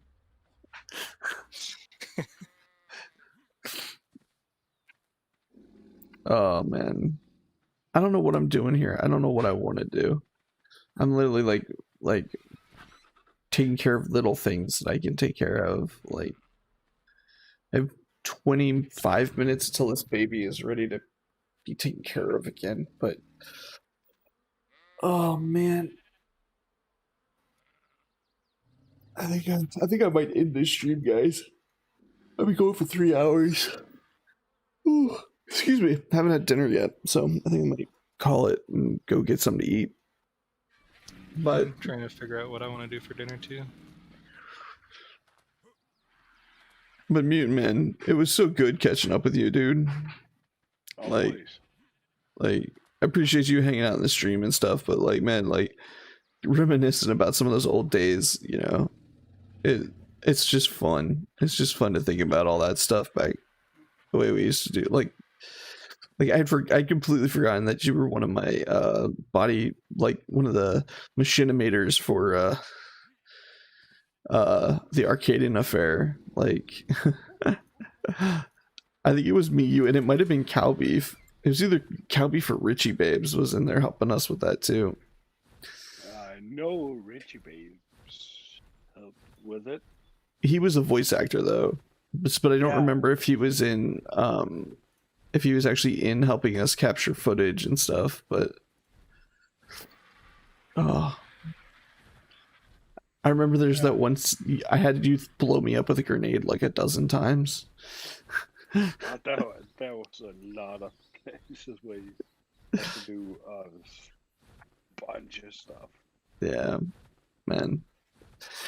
All right, guys. Well, anybody still hanging out in chat? I don't know if Nevermore or anybody is still out there hanging out, or if it's all just us or Dark Design. I don't know if you're still here or not, man. But all of you guys hanging out, I really appreciate you. And we're gonna let me get back to my base, and I'm gonna call it a night here. We're gonna wrap it up. But yeah. So I will be back streaming again tomorrow night. So, and we will. I will be absolutely streaming this weekend. I don't know if we're gonna do a game night or if we're gonna try and raid this weekend. I'm not gonna try to persuade you, but maybe Among Us streaming tomorrow. Tomorrow? Yeah, maybe because that's the only time I can do it. We could try Among Us tomorrow. I mean, there's no rules. There's nobody gonna tell me like this is what I have to do, right? Like, I mean, it's my stream. Yeah, we could do Among Us tomorrow, or maybe me and you could do. Do you have the current Call of Duty? I have Warzone. Yeah. On Xbox. Well, I have it on PC, but we could crossplay. Should be able to crossplay, right? Yeah. So I mean, we could crossplay and play that, and you can see how awful I am at that because they're doing a zombie thing right now. Where I'm also very. Well, then Razor, you're gonna have to jump on and help. You got to carry me and Mutant. Yeah, I could hop on and play. I was actually joking, but if you want to play, like, dude, that'd be awesome. No, I'm down to play that. That would be very, very fun. I don't like playing it solo, but I like playing it with other people. Yeah, well, you know, there's a whole zombie mode. A lot more fun to play with other people. So. It really is. Like it gets frustrating if you're on your own, but you can kind of just laugh away the bullshit. And you get pissed off when you die. And... Yep. All right. Well, that sounds like a plan, my boys. We'll do that tomorrow. So I will. I'll plan on doing some. Maybe if Goose is around, we can rope Goose into it. And is he still banned? I thought he was in playing. I thought didn't he manage to get a Smurf account going or something? Oh, he did. Oh, I don't know. Looked. Nope, he's still on Destiny 2. You can always join on me because it's terrible. Well, I'm awful too. I am no good. So. And I don't play enough for it to have me pegged as a good player yet, so y'all are good. Humble rag. Yeah. But listen, I appreciate you guys hanging out and as always supporting the stream.